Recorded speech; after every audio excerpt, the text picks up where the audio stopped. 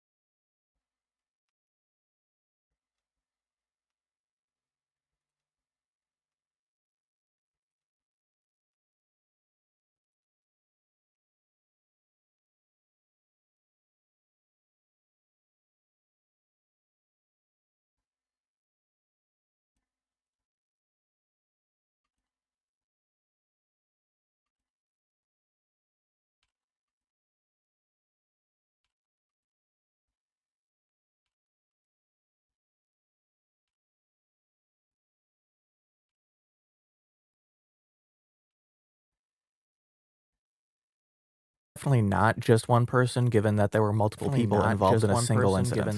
But then Rogan gets to how he doesn't trust mainstream news. Not just boring. 15, 20 years. Boring is... I would say lying as well. But people- compromised. Completely compromised. Totally untrustworthy. Completely compromised. When people are like, why do you have dogs? Why do you have guns? I was like, what? Like, do you watch the news? Yeah. Are you fucking crazy? You can't proclaim yourself to be intellectual by only listening to one perspective and to being like very aggressive and hostile about the other perspective. Well, that was a very poor choice of words on Rogan's part. Allison from Florida is going to challenge you. Allison, go ahead.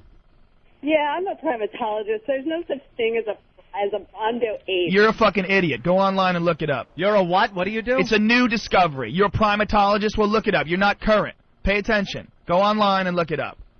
Yeah, this is student. Yeah, you've learned some shit from college. When did you graduate? I have a PhD from When 2000. did you graduate? When? From 2000. Yeah, when was the last time you got online and researched primates? Have you ever looked at any of the new discoveries? Have you looked at any of Carl Amon's work? Yeah, I've been to Africa. What are you laughing at? Why are you laughing? Why are you laughing? I'll tell you why you're laughing, because you don't have a point. So you're trying to, oh, you're ridiculous. I have a PhD. Yeah. You're not having a real conversation. You're being a bitch. If you were good at it, you would want other people to have different opinions, and you'd want to hear those opinions and talk to those people. They love Schultz at the New York Times. Well, he goes over They've there. picked him. Yes, they've But picked he him. goes out as over they're there like, and we can talks work to with them. him. Yeah, well, he's very Starvey. smart. Andrew Schultz is not a smart man. And he's like, hold on, let's just talk real here. Where he goes, the Jews. And everybody laughs because he can. Because he's a comedian. He's allowed to be funny. Nice save, Joe. Andrew Schultz isn't Jewish, despite what you might assume from his last name. Like when Tim Dillon was The on CNN one. Yes. I was going to say that's why I moved my ring Amazing. because she kept asking this. She didn't want it. They resisted releasing that as a long form thing. Yes. And you can see why, because she's asking the same question 3 or 4 times in a row Yeah. to try and bait something. And since you've brought up that Tim Dillon interview, When I was listening to your interview with Steve Bannon, he was like, not exactly pitching you, but kind of trying to draft you into his project. I don't know if he was recruiting me for his project, like he was like, and you're gonna, but I think he was basically saying, here's my worldview. And I had a lot of liberals call me after that and go, do I agree with Steve Bannon? Like, what the hell's going on? Do you think he was honestly representing his views? I mean, I'm not God and I'm not omniscient, so I can never understand what's going on inside someone's head. He did run a website that had a tag for black crime. What, the Breitbart website? Yes.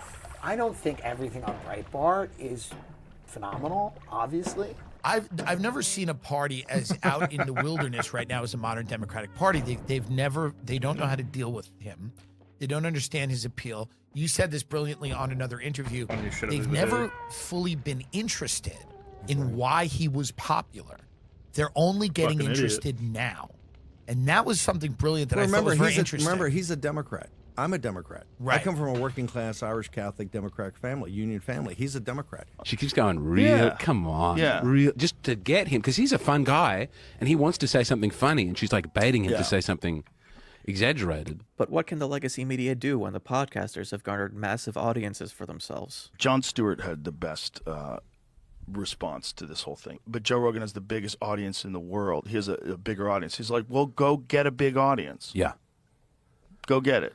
Like, it's not that fucking complicated. I don't have pyrotechnics. There's no CGI. Sure, it's not complicated in the same way that lifting a car isn't complicated. I think some of it is it's just like ivory tower mentality. Okay, this bugs me. Rogan's podcast is one of the most popular in the world, and the exclusivity of spots on it, which are seen by millions of people as an opportunity that can moonshot your career in basically any field, is just as much of an ivory tower. There is a sense in people who have got like a very big education is that most people are too stupid to have like an open and honest conversation with. Well, they're also viewing the world in that they're protecting people from opinions they don't agree with. And again, this makes it sound like Rogan lives in the uptight town that bans dancing until the rebellious teens fight back with the power of music. Even though they listen to those opinions, it has no effect on their position. They keep the same position. Yes. But they're worried that people dumber than them. It's a very condescending thought process. Rogan's talking about people who work in a profession that requires rigorous fact-checking, criticizing the fact that podcasters have carte blanche to say whatever they want without consequences if it doesn't lose them advertisers. And not only that, and people that are dumber,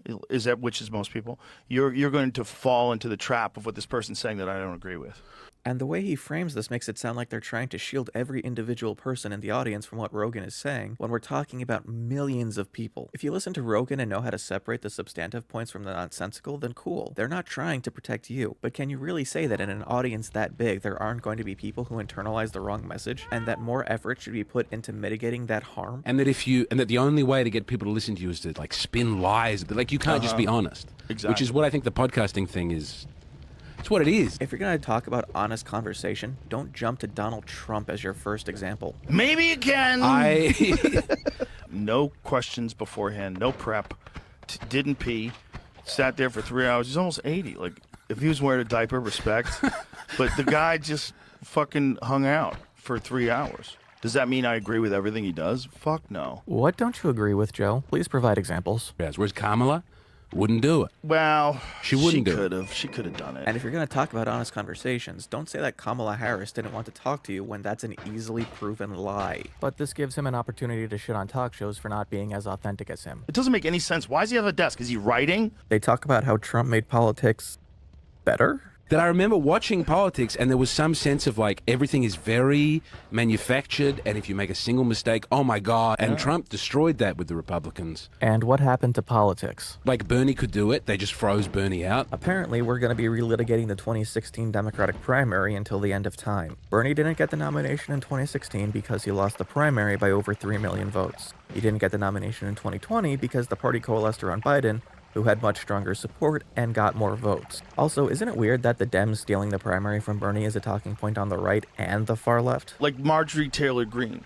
You could not have a person like that before Trump. It would be a good thing if we didn't have Marjorie Taylor Greene because she's a conspiracy theorist, but that might be a positive to you. Listen, it's a reality show now. And that's bad. I think that system turns you into a sociopath. And I think there's very few people, Tulsi Gabbard, my friend being one of them. I'd love her. She's amazing. She's a real person. If your standard for crazy is Tulsi Gabbard, then that standard is busted. I've hung out with her hours and hours and hours. That's who she is. She's cool as fuck, but she has horror stories. Yeah. Are any of those horror stories about Syria and what her friend Bashar al-Assad did to his people? When you find out how these people are making hundreds of millions of dollars on $170,000 a year salary, and no one's batting an eye, that is kind of kooky. Not everyone in Congress is worth hundreds of millions of dollars, And the ones that are generally had that wealth before they went to Congress. Now, you don't really know how much they're worth. You do. You'd have to get an audit, right? Because what you're hearing is a reporting of what they're worth. Their financials are public record. That's why there's an entire system set up to just copy Nancy Pelosi's stock trading. If you've been a congressperson for 2 years and now all of a sudden you're worth $3 million and you were in debt before you became a congressperson, that's suspicious. If you're a new congressperson and you decided to buy a house in the DC area, your net worth is now in the millions. You got to de-game the system. But the problem is there's so much profit in it, and they get to vote on whether or not they can still do this insider trading thing, right? Which is bananas. Congress actually has strict rules about this, and the people who do it usually get caught because they aren't subtle about it. There's never a time where it makes sense where one person is the head dude of 350 million people. That is nuts. I mean, that's why we have Congress. And now we're back to gun violence. But you also, I mean, as a country, you have a great tolerance, I think, compared to other, like, Western democracies for letting there be some chaos. Yeah, because we have guns. Like, if you didn't That's have true. the virtue of going, some people are going to get shot, and we're going to be okay with that. That's not a virtue. That's a sickness. Well, it's not just that. It's like, it was written into the Constitution because we were rebelling. And it quickly escalates. Is a tactical nuclear weapon defended under the Second Amendment? You want to hear the scariest thing that I heard? This is a guy that was talking about the UAP program and the back engineering of flying saucers. Yeah. Does Joe Rogan believe in aliens? Because it really sounds like he does. They believe use some sort of a gravity, some sort of a propulsion system that's unknown to modern science. And so what did the United States government try to do? They tried to use it as a method of delivering a nuclear bomb. Have a flying saucer with a nuke appear at the Kremlin.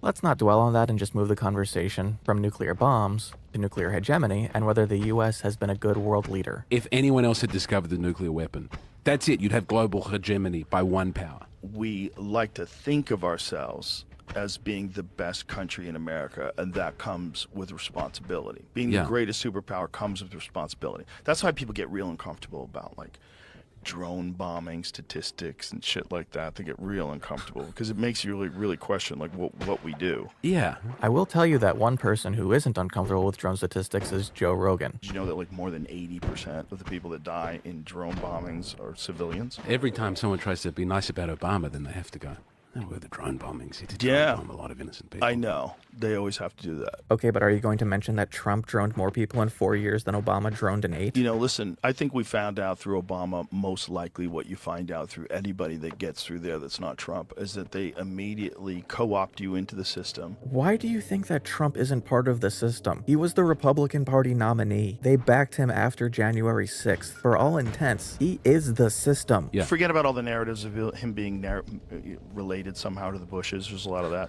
I didn't know that. Oh, there's like a whole conspiracy theory. That's your line for conspiracy theories? Well, it's about Trump, so I guess that makes sense. In terms of, like, the way America felt about America, though, it was good. Racism has obviously, like, stopped being an issue to get you to be the president of the United States. And it's not saying that racism doesn't exist, but we're doing better than we used to do. God, I miss Obama. Something you're gonna see a lot of is that Rogan finds every distasteful thing Trump does very funny. It never calls reporters piggy. He never he never makes mean tweets when his enemies die. No, I mean, I saw it and I was like, oh, yeah, of course. He's mocking a dead man. Well, That's that what guy he's- tried to jail him for, a year. And this is not forgiving him for that. This is not Rob Reiner excusing tried him. to jail. Oh, my God. There's a video of him working with intelligence agents. He was working with James Clapper and who's the other guy? Rob Reiner did an interview with John Brennan and James Clapper to talk about Russian interference in the 2016 election. It's a gross thing to mock a man after he's dead. Mocking the fact that his enemy was obsessed with him. Also, And I've had that's friends- what led to his son going crazy and killing It is wild that he's describing it as Rob Reiner getting killed because he had Trump derangement syndrome. And in talking about vague ideas of the electoral process, Rogan completely sidesteps the way Republicans have violated every norm he seems to support. And as long as you keep it a fair game, if you don't do a good job and that person gets into power, you fucked up. So now your team has to regroup and rebuild and come back again in 4 years. And that's what it's supposed to be. The only side that rejects the legitimacy of elections is the right, and that's because Trump will not accept that he lost any election. And now we come to another conspiracy theory that Rogan will not let go of. But when you start trying to do things like moving all the illegals to specific states so that you get more congressional seats because of the census, and then you start giving them Social Security numbers and Medicaid and Medicare, and you start rigging the system because you want to like bring in more voters, and you're spending, and this is what they did. This is undeniable at this point. If Rogan knew anything about illegal immigration, he would understand that this idea is insane. Fetterman was cop to it. He was like, yeah, that's how you do it. I saw him on your... Fetterman did not cop to it. You talking about people letting people in order to get votes? Well, it's not. There's not that level kinds. I don't think there's that level kinds of organization. But there is an organization that's moving these people to swing states that have made their way to swing states. And then there's been calls for amnesty, allowing these people to have a pathway to citizenship and allow them to vote. Then you're providing them with all sorts of services like food stamps and housing. These people will be moved to swing states. I'm not really sure if that's what's in play. If you have a significant number of people that are being moved into swing states, you got to make it seem fair enough so that there's not a violent uprising. Ah, great. Now he's doing Fedsurrection. There's a bunch of people that were feds at the scene. They finally had to admit that. There's a bunch of people that called people to go into the Capitol to break in. And a bunch of them probably were feds. How many feds were on these chat groups? How many feds were on message boards? How many feds were trying to get the kookiest of the kooky riled up? January 6th was not encouraged by the feds. Why do the Democrats not go, we've contributed to making a system that, even if this is a totally legitimate group of people who really believe what they're doing by storming the Capitol, we've contributed to building a system that looks really fake to a lot of people. The only person in 2020 who was calling the election rigged was Trump. He did it in the lead-up, and he did it after he lost every court case where he had a chance to prove it. At the same time, he was conspiring to use fake slates of electors to steal the presidency in spite of the election results. They briefly touch on California and Gavin Newsom. The reason why it's Trump is the real reason why California's failed is Trump. Once he gets into office, Trump will be out, and he'll fix the whole country and say, guys, you had to trust me on the long plan. California is the fourth largest economy in the world. Just because they can't build trains doesn't mean that they're struggling. And then they get to Rogan musing on how a sci-fi future is only a few years away. I think what we're going to really be able to know within the next few years is whether or not you're telling the truth. I don't want to. Well, what they have right now is a wearable.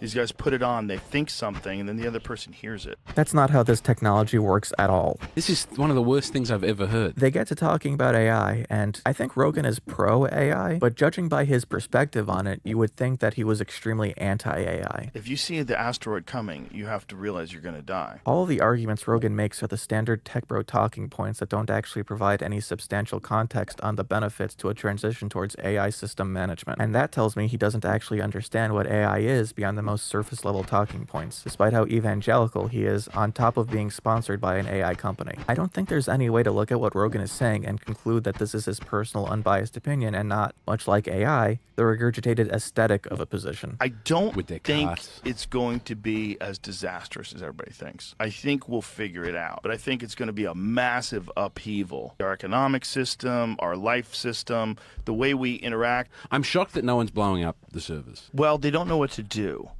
Right? And it feels inevitable because it is. The power grabs that are going on all over the world where they're trying to lock people up for speech violations in the UK. It's 12,000 people this year. The UK was not arresting people in the thousands for speech violations.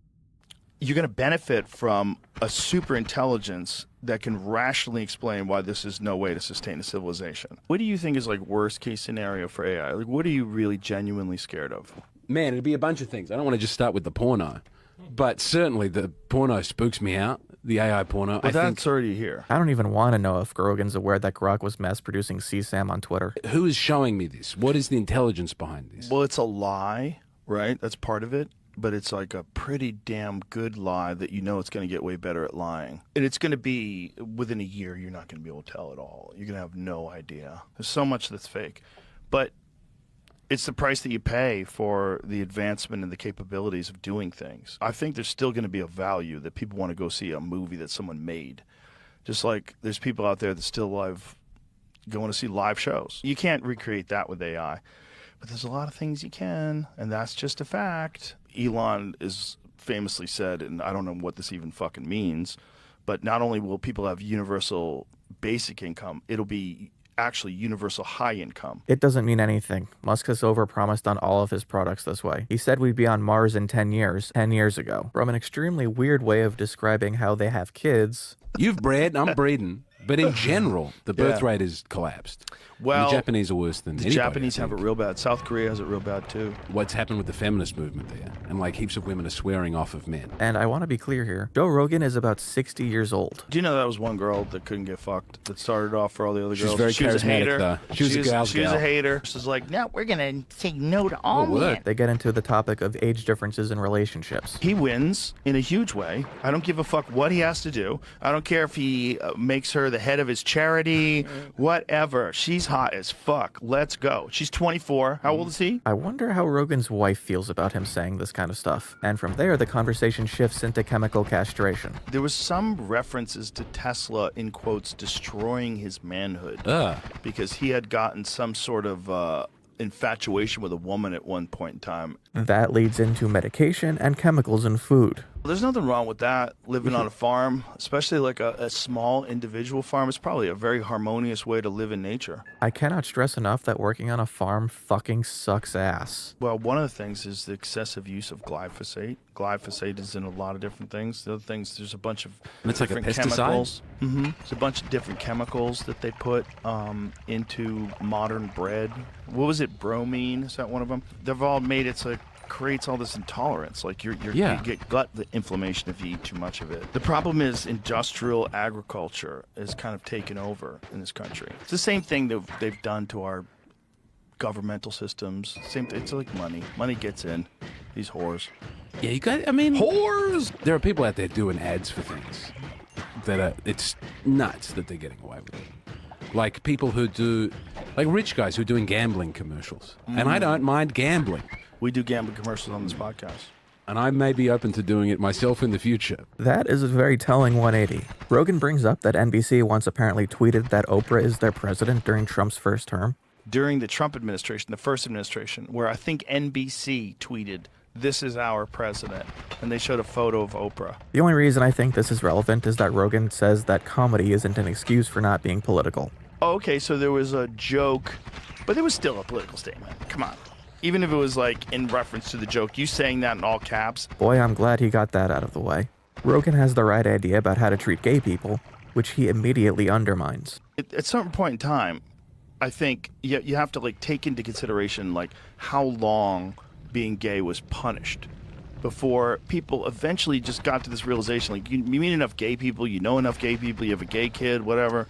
You realize like some people are just gay. Well, one of the funny ones I had a bit about back in the day. I actually had a conversation with this guy. He's like, do you know that statistically speaking, more men get raped than women? I'm like, right.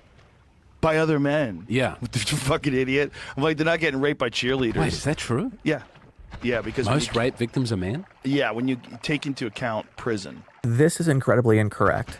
1 in 5 women will experience some form of sexual violence, whereas 1 in 71 men will, including prison. But that doesn't stop them from getting other prison facts wrong. Any of this. No. It's just people going, this is making me uncomfortable.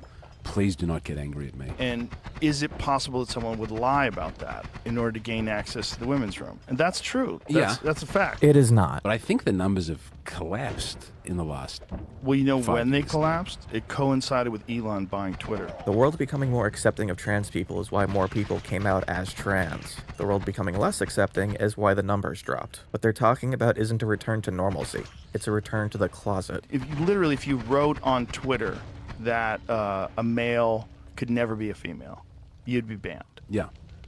That's what happened to Megan Murphy. Megan Murphy was banned from Twitter in 2019 because of multiple strikes against her for intentionally misgendering people on top of her broader statements about gender. The way he's framing it would make it seem like she was asking questions rather than denying the validity of people who are asking questions about themselves.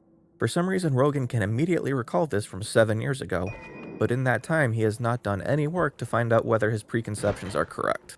Because you should be able to talk about anything, and if you're wrong about that, like other people are going to correct you or have a better argument than you have, and that's how you figure out who's right and who's wrong. Rogan is conflating a social media site using a popularity-based algorithm to push content with a rigorous evaluation of theory, which is not how we determine what reality is. By itself, Twitter making rules about hate speech the way he described it is the popular decision-making he's talking about, because that company looked at the consensus and then adjusted their guidelines. And for the longest time, there was no talk of detransitioners being upset. Yeah. These things are actually chemical castration drugs they used to use on pedophiles. And that's what these things are. Rapists and pedophiles used to be forced to take these drugs that you're now giving to prepubescent boys. Yeah.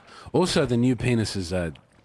Oh, God. I don't want to be sent any more of those. Bro, the new penises Shane was and sending the new penises vaginas, after talking to you. I've seen them. Both of them are... It's genital mutilation. Yeah. And with a lot of them, that these people have these thoughts about being a girl or being a boy, turns out they're just gay.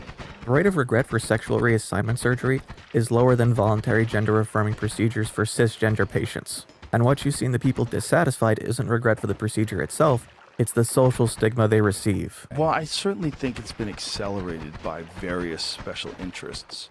And I think some of them are foreign. There's real evidence that China and other countries have pushed on social media, like trans ideology. But LGBT issues are just one of the many things that they do that with. They do that with immigration. They do that with USAID. They try to disrupt our system by getting us to argue with each other. Hilarious that in a conversation about exploitation of social media driving thought through memes, that they uncritically cite a meme to communicate their next thought, which is about right-wing thinking. Renee DiResta did some research on that with the Internet Research Agency before the 2016 elections. And the funny thing, she saw like thousands and thousands of these memes. She's like, some of them are really funny. Like, they're really funny made who's memes. making these? Yeah, who's making these? They're being made in Russia or somewhere. I would say at least on the right, people are getting indoctrinated by like multiple different strange things. Like the actual agreement. You can have arguments and discussions about things, and people do. You've seen that like meme where it's like, here's right-wing thought and it's all fucking over the place. And it's like, here's the left-wing thing. It's like one dot. And everything after that is Hitler. They will not interrogate whether that perspective is also an indoctrination, despite the fact that they just mentioned a few minutes ago that foreign interests spread psyops as memes. That's scary. Because then you realize, even though it's crazy to have a president, at least the ideas you voted a president in. But if the president doesn't do anything and it's really a bunch of, like, as nutty as Trump is, at least you know he's doing it. Like, nobody else is going to put gold all over the White House.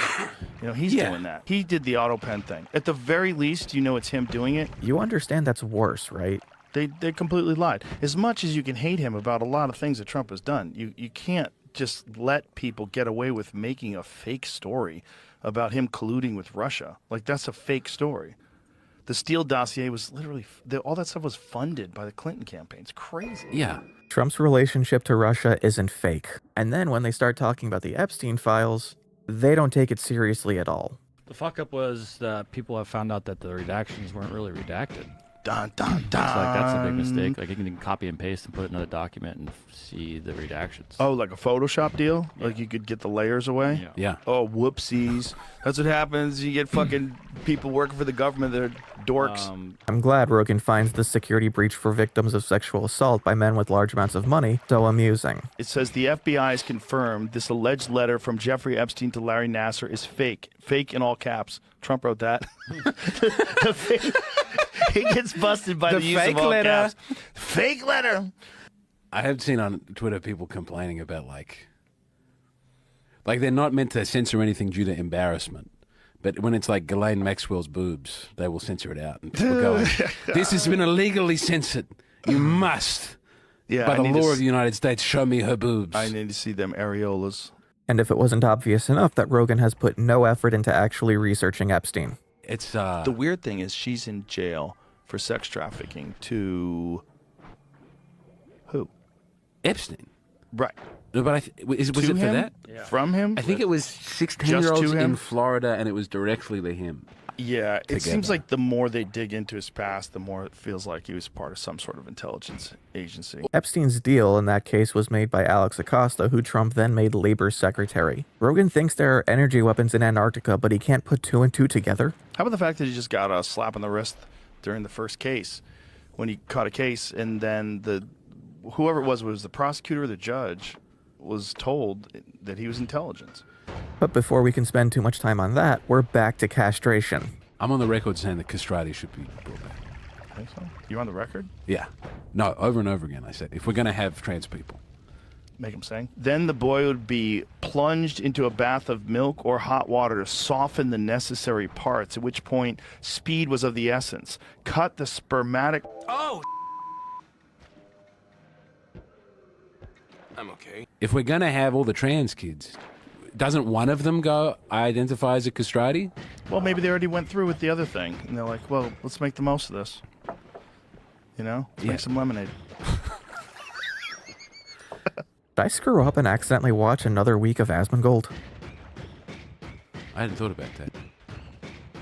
Julian Assange, it used to be Democrats that defended him, right? But then he pissed off the Democrats because he leaked on the DNC, right, and he showed, what was going on with Hillary behind the scenes and how the primary was basically rigged against Bernie Sanders. And Trump used to like him when he said, when he was getting this information on Hillary, but they hate him as well because Trump has basically been convinced by the people around him in the White House that this guy is dangerous because this guy basically exposed U.S. war crimes. What's really bizarre about this is how no one speaks out against it. No one on the right, no one on the left. When Obama is doing drone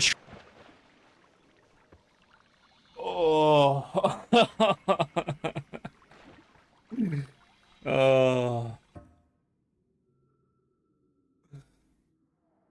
Oh, no.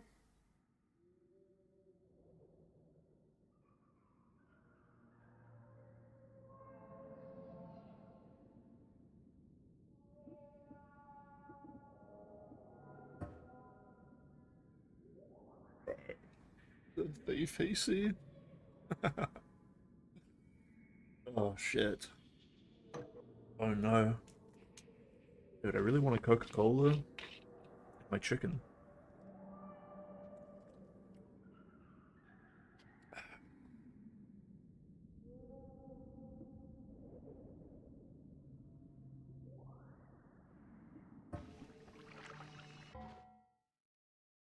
Oh.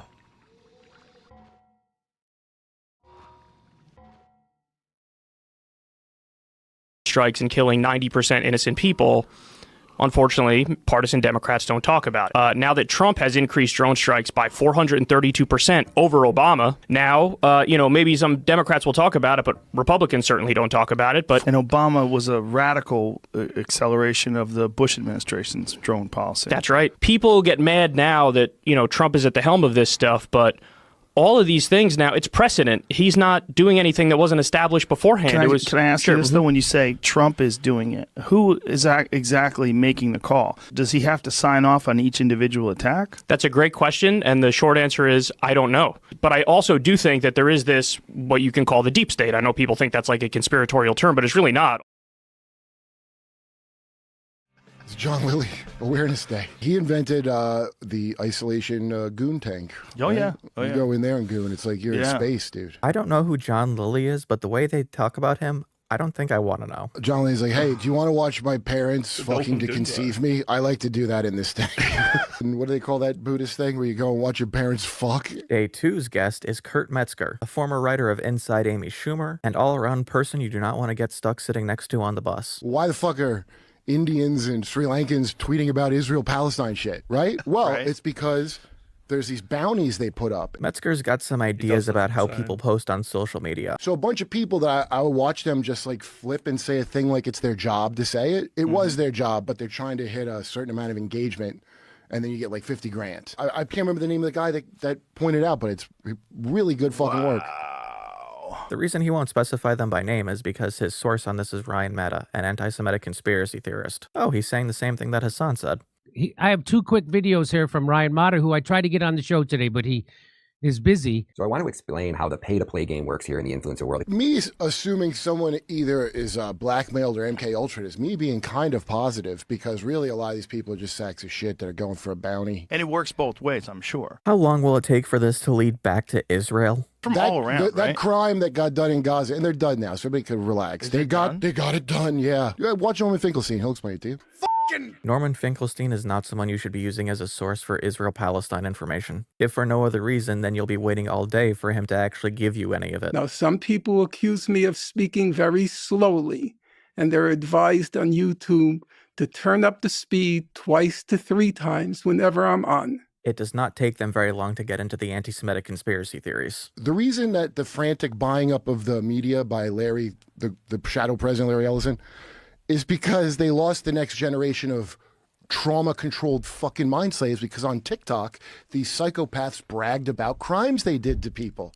And all the young Zoomies are on there, including in America, where we were force-fed woke bullshit by the oligarchs who are now suddenly horrified because they didn't think it would blow back, that their kids would absorb that crap. Guess who has not had woke programming for the last 12 years? Israel. So you can tell who's involved with the propaganda now, because they have no concept of the sensitivities of these gender blobs that were made in this country. Oh, hey, help! You gotta get me out of here, man. This guy's a freaking nut job. I'm trying to stay out of most of this stuff because every time I talk to you, I get dragged in and I get paranoid and anxiety. Oh, yeah, no, you could be killed. I mean, you saw what happened to Charlie Kirk. Jimmy got his phone hacked with Pegasus that time. Yeah. He got the Bohemian Grove thing is hilarious. Oh, hey, Bohemian Grove, that thing Alex Jones was talking about in the beginning. Nobody laughed. Let's play the recording of Nixon saying, So, Bohemian Grove. If you're lost, that's probably better.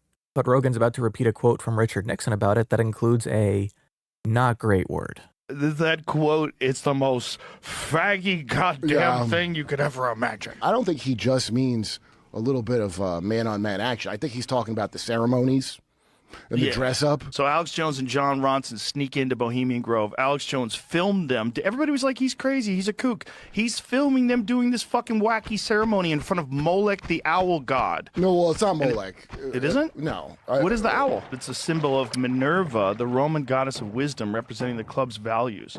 That's what they say. Yeah, the club's values are... So Shut up with that. whenever Can I they say see- wisdom, that means magic shit. Listen, if you're interested in this stuff as a hobby, that's fine. But if this comes up in a conversation about politicians, that is a flag so red it's Soviet. They're wearing robes, they're chanting, and they're carrying a bundle of sticks that's supposed to like represent a body or something like that. And then they're gonna talk- burning an yeah. effigy. The whole thing is fucking bizarre. They're Well, like, what the fuck is wrong with you What people? if you have to make a decision to be a fucking mass murderer on the order of any mass murder they told you is bad, and so you need to cremate your care? Or you want to sell natural gas and get that pipeline opened up. Yeah, and I want You to gotta- burn my dull care about the bad things I'm doing away, because I can't not do it. I'll be killed, so... Also, you want to be compromised, because that's how you do business. It's all just a conspiracy that rich people rule the world through needlessly convoluted rituals instead of just, like, conference calls. Saying that the Bohemian Club is about doing magic rituals for rich people to get into higher social and political circles is akin to saying fraternity hazing is about worshipping the god of Smirnoff. I always feel like they're smearing dolphins, like how we did to a great man, Saddam Hussein. Remember we smeared that guy and he was the best president of Iraq they've ever had? What about Gaddafi? I don't even want to bring that one up because that's really depressing. What do I even say to this? Like, seriously, who among my audience isn't aware that these guys were monsters? Authoritarian. Well, that too. But so are we. Yeah, no Shut the shit. fuck up. Shut the fuck up. It's all pretend. Horseshoe theory remains undefeated. Well, I hate to bring it up, but ISIS is in charge of Syria now. ISIS is not in charge of Syria. Oh, we're bombing Venezuela too, by the way. It's Just hey, dude. No disinformation. Drone bombing. Right. Is it true that there was a stand down on October 7th? The IDF people were talking about the day out. There was not a stand-down order on October 7th. The vulnerability Hamas was able to exploit was Israeli focus on the West Bank to the detriment of security around Gaza. When the conversation turns to comedy, Metzger can't even be normal about that. Don't you think comedy is kind of a hypnosis? Yeah, Like, it's domain projection. 領域展開無料空所 Well, NLP. You know what NLP is? Neuro-linguistic programming. If you look on Wikipedia, it says it's a pseudoscience. Is it? Well, no. If it is, why does everybody use it nonstop all the time? It is. Metzger is crazy.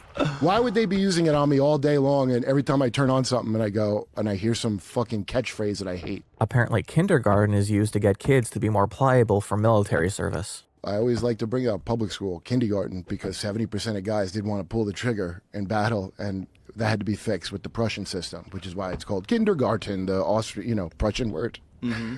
to get you away from mommy at age 5 instead of age 6. And they could teach you about war. Indoctrination of children is a real thing. That's why when people scoff at it being used for like trans indoctrination, like why would anybody do that? Like, stop. And modern art was an invention of the CIA. Rothko and all the modern art, the American abstract modern art was launched by the CIA through a cutout. Yeah. That's right. That's public record. You don't think they got involved with all the arts? Well, they definitely got involved in that because the Soviet art was so valuable. Soviet art was more skillful, which when you look at the Jackson Pollock artwork that's worth fucking millions of dollars, no disrespect to anybody who's a fan, but shut the fuck up. Like, just shut up.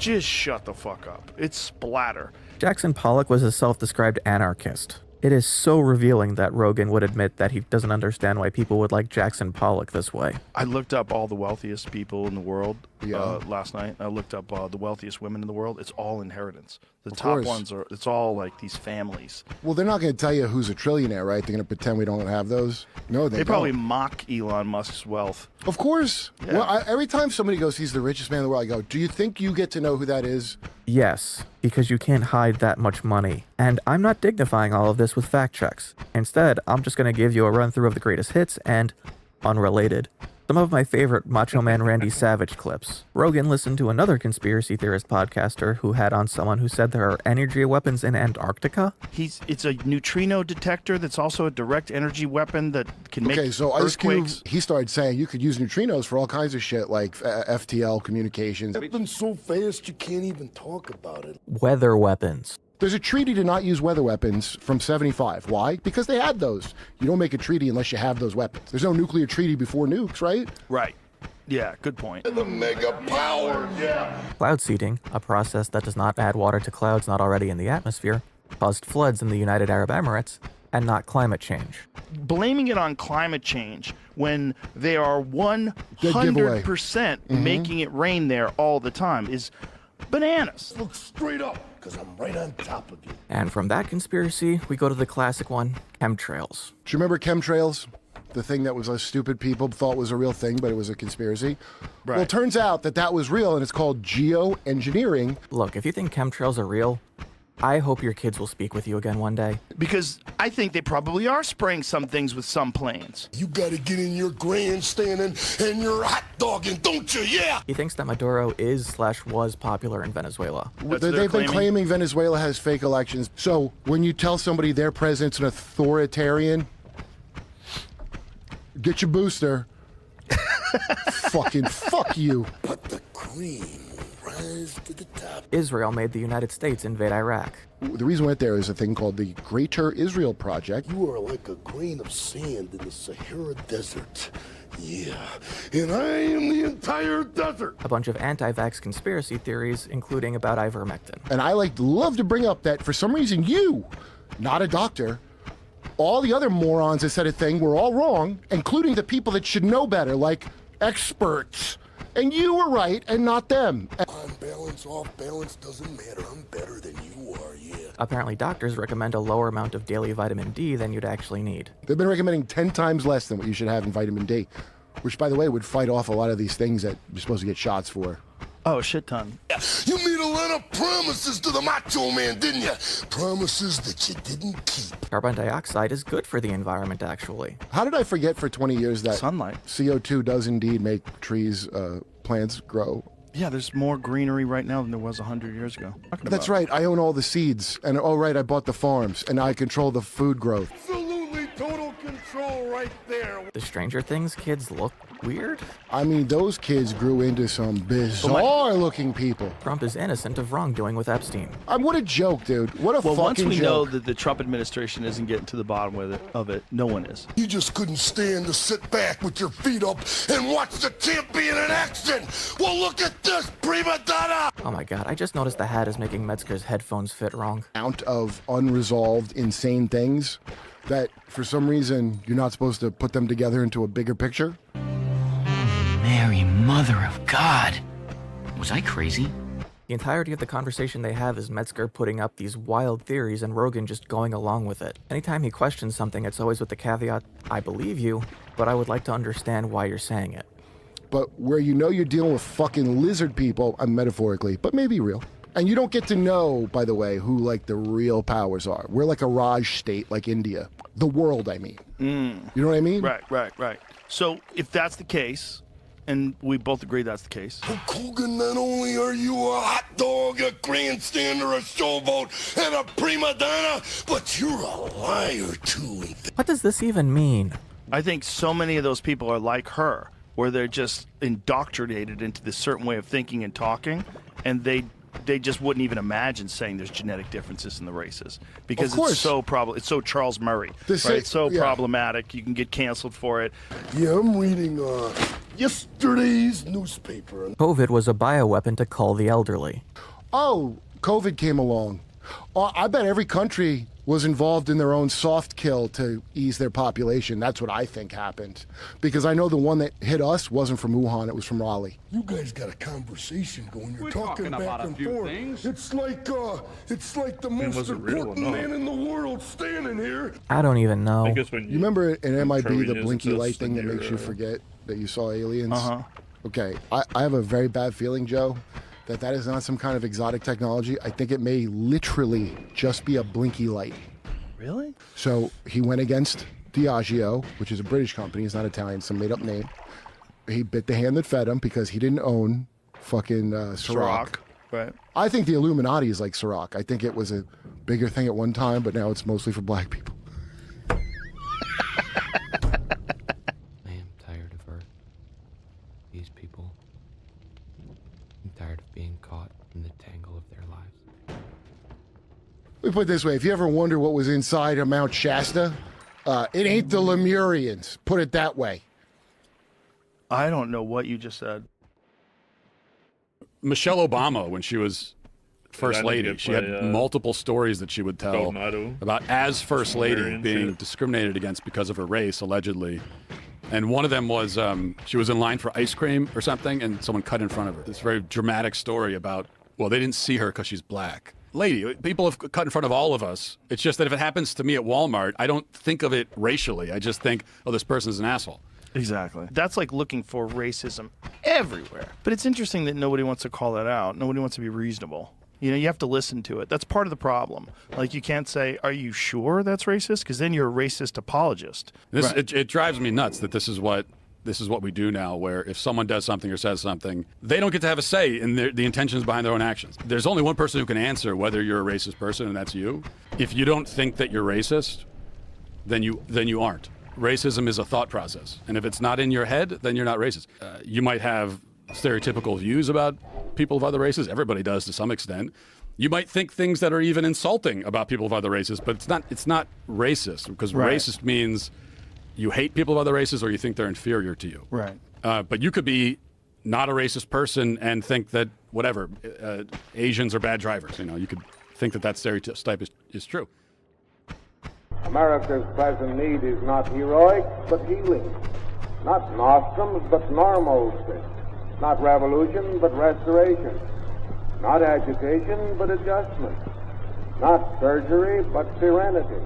The short-term stuff does work, you know, like short attention span stuff is very popular, even with me. But I have been resisting it more and more lately. I'm like a fucking heroin addict.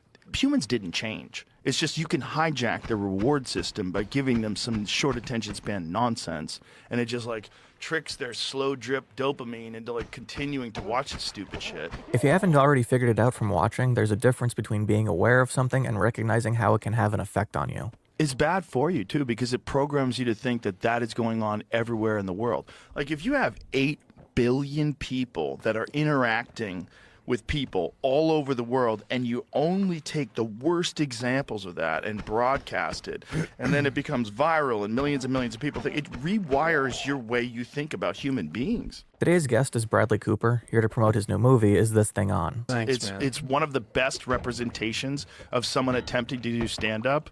You really nailed a beginner in comedy. Like, it seemed completely realistic. Great. Yeah, and like, I think that's one of the reasons why Kill Tony is so popular. Yes. Kill Tony, if you're unaware, is a show hosted by Tony Hinchcliffe. And these Latinos, they love making babies, too. Just know that. They come inside, just like they did to our country. There's a lot going on. Like, I don't know if you guys know this, but there's literally a floating island of garbage in the middle of the ocean right now. Yeah. I think it's called Puerto Rico. Where aspiring comedians can get 60 seconds to perform a set and then listen to critique, which from what I've seen of it is less constructive criticism and more bullying, which is evident from the kind of jokes people bring to impress Tony. I just moved into my new apartment. I got a George Foreman grill, but I'm a little cheap, so I got a knockoff version. I got the George Floydman grill.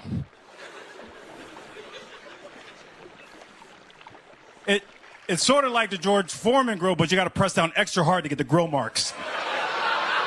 Maybe other episodes are different, but based on... Just like they did to our country. I'm inclined to think not. There was people that went up at Madison Square Garden in front of Yes, 16,000 people that had never done stand-up before.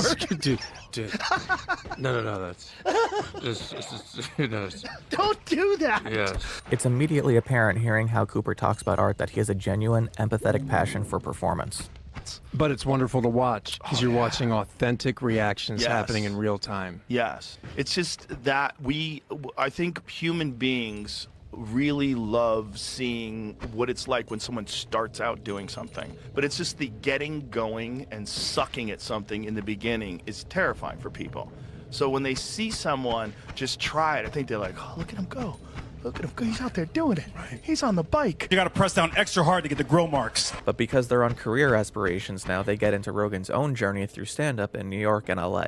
People would psychologically backstab people. People would talk shit to people before they went on stage. They would try to hijack their fucking mind right before they, really, it was dark. And then the internet, instead of people being your competitors, they became not just your friends and not just your colleagues, but also an asset.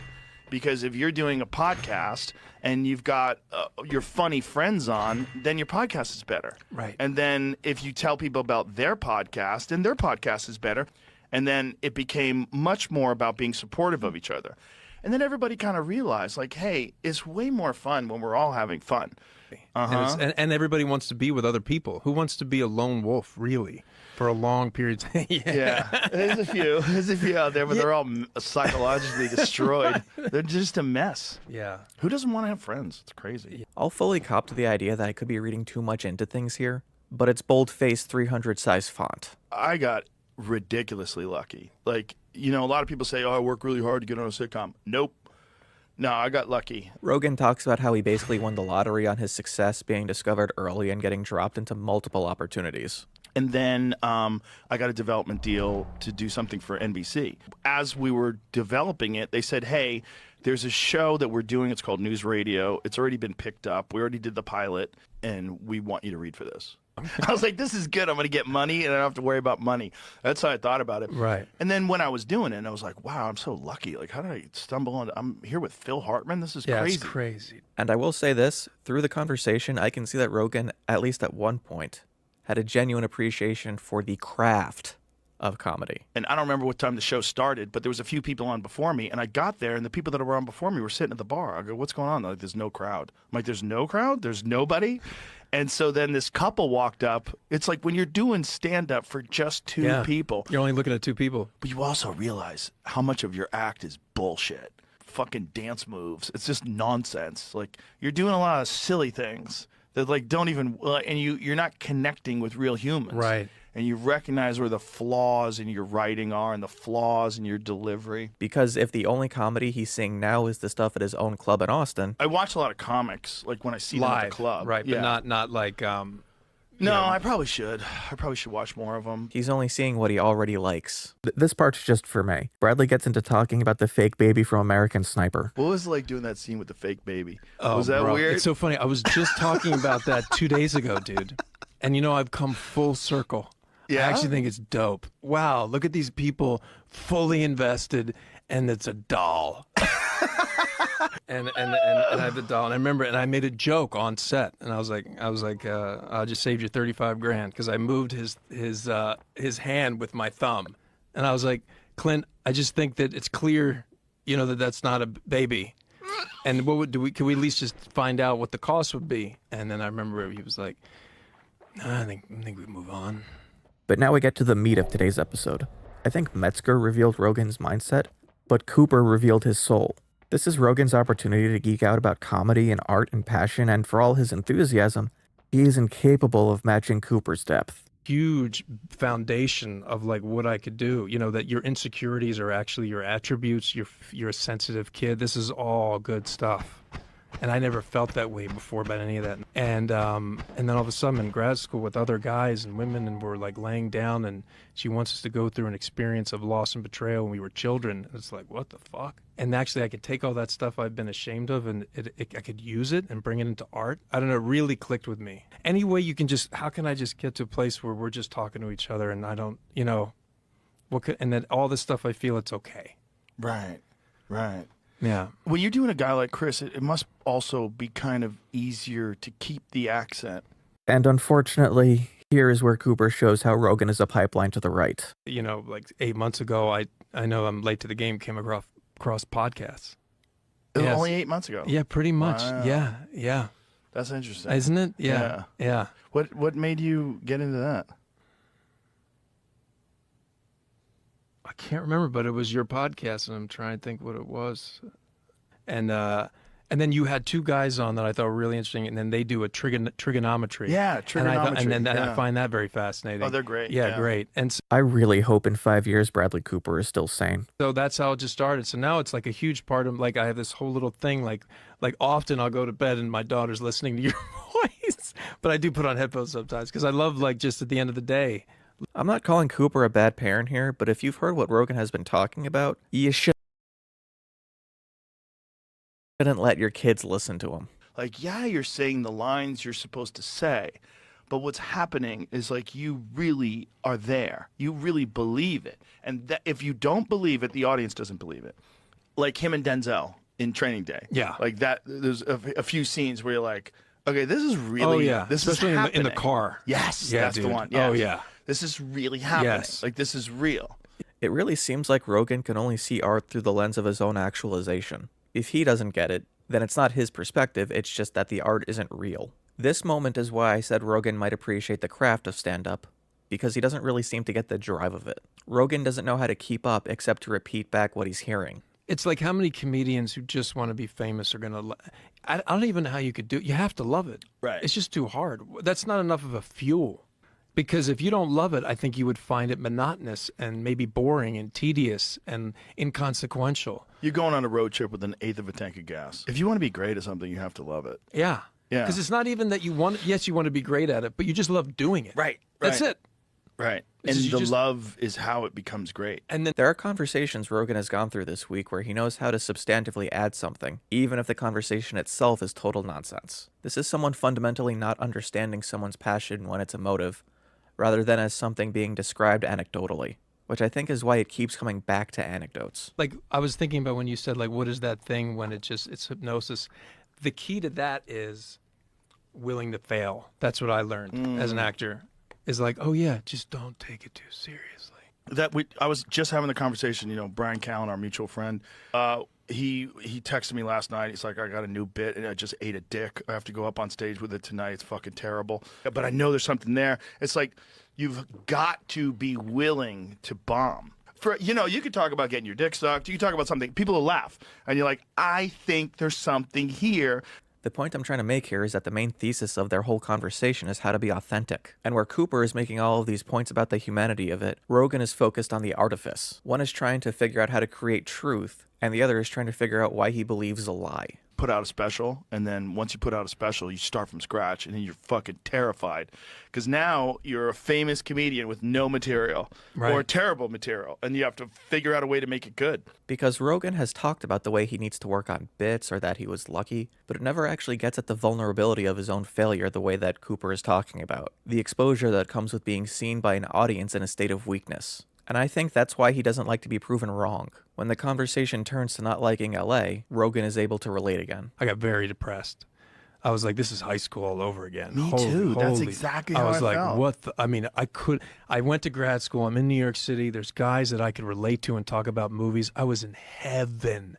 Then I get this job that I think is going to be the holy grail, and I'm miserable. I was on the set of this show, and a girl gave me a hug. And I realized no one had touched me in weeks.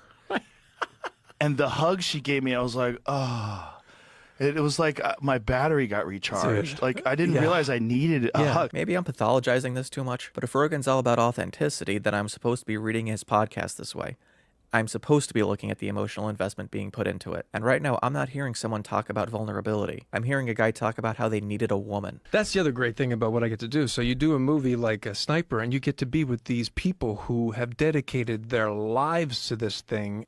Well, it expands you as a human. Oh, no question. You know more about what it Yes. is to be a human. Like, Yes. oh, there's a human who just plays the flute. But I do things that are that I think are gonna help me figure out who I am. And I think the only way you really figure out who you are is to do difficult things. Yeah. But I think through those things, you learn more about who you are.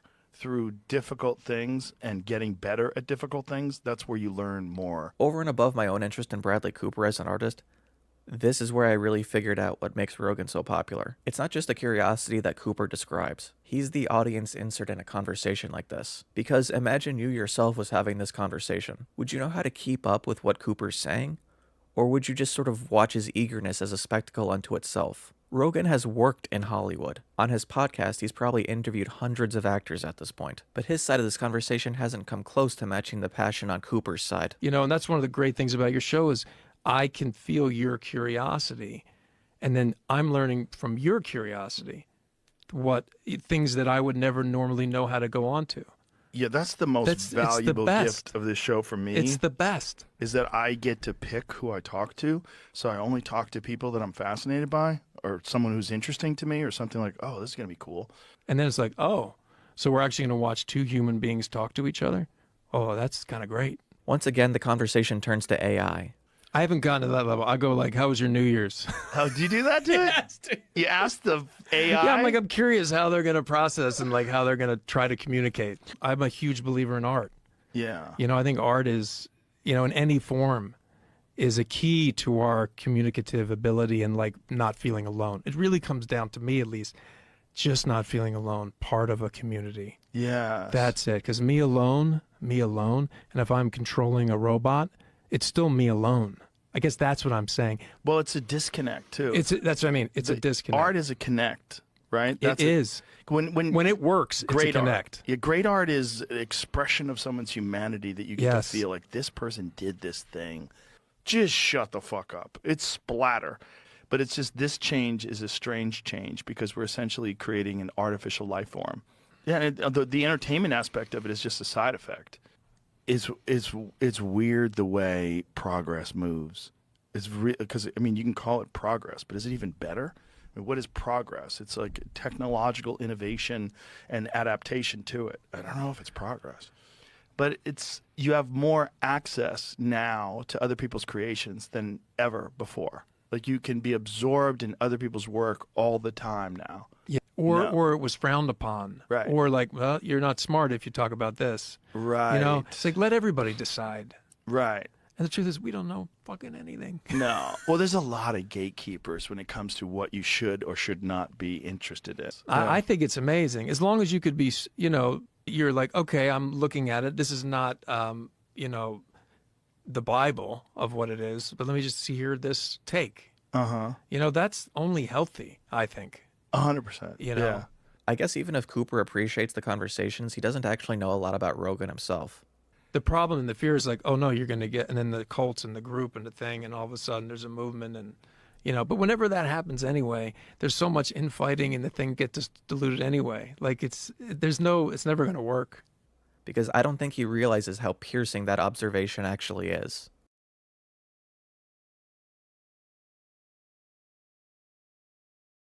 Well, if you think about it, I came out as transgender 34 years ago. It's a little better now, but it's still not the hottest ticket that everyone's. We want transgender guys in here for this, that, the other. It's not the top of the list. Right. Yeah, because if you were just talking, like if you didn't have makeup on and you didn't have the heels and the nails, you just seem male. Yeah. I think there's quite a lot of people maybe who were the way they live their lives, they live their own personality. They're not particularly male or female. Mm-hmm. I feel.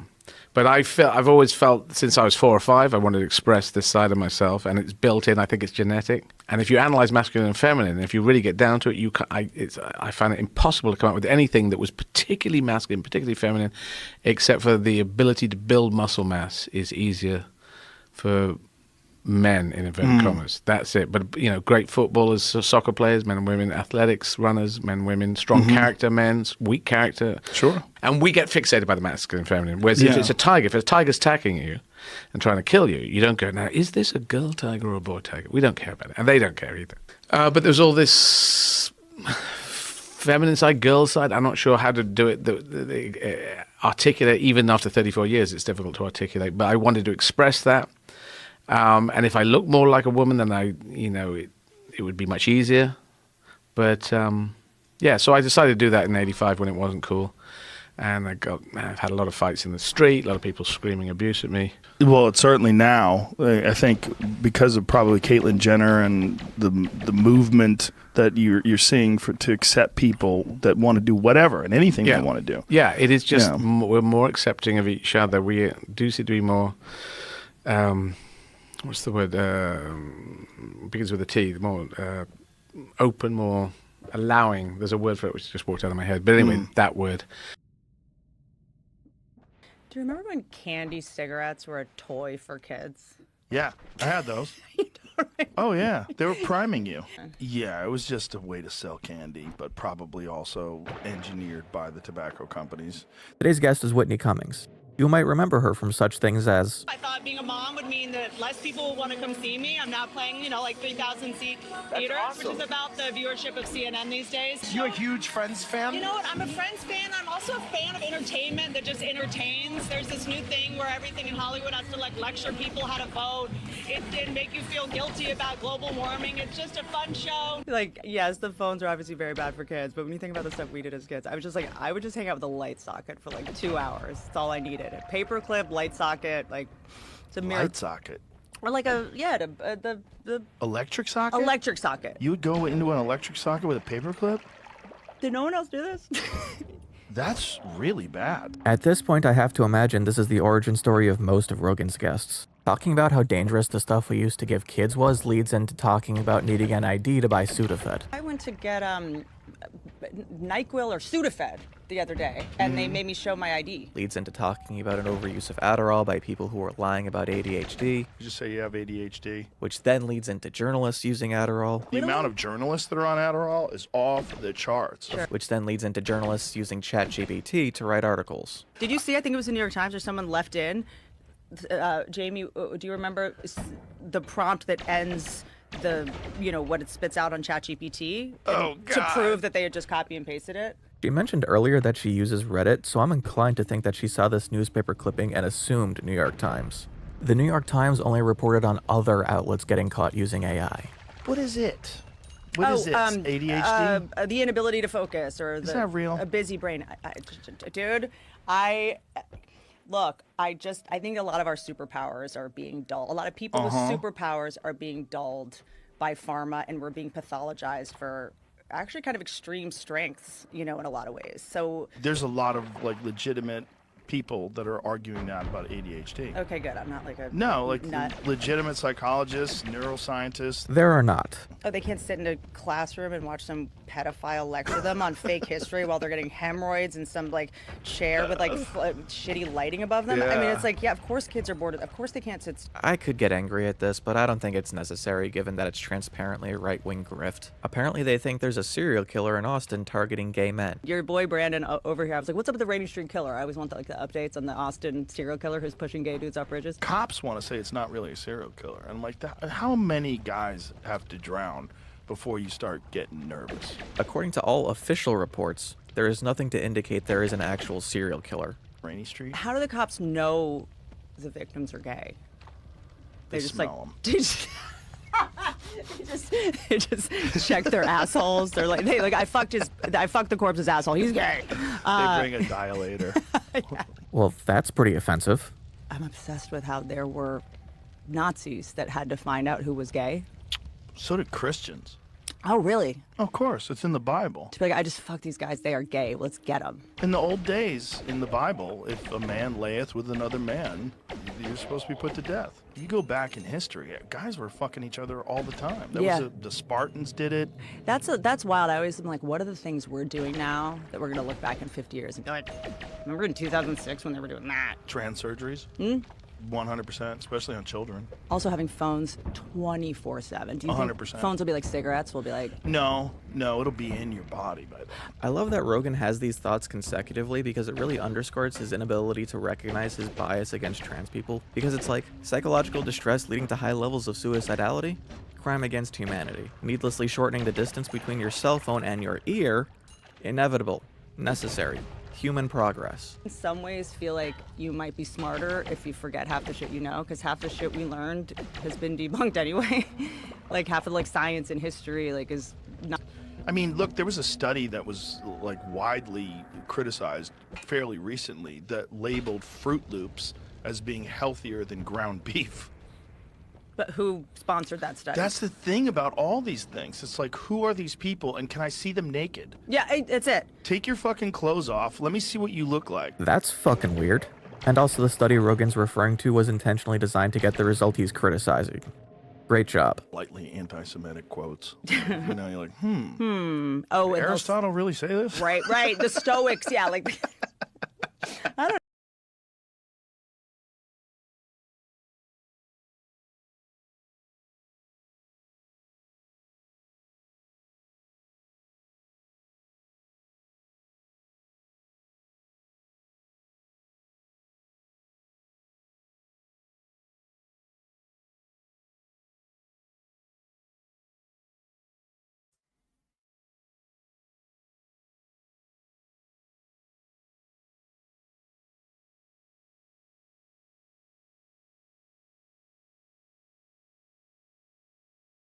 That's awesome.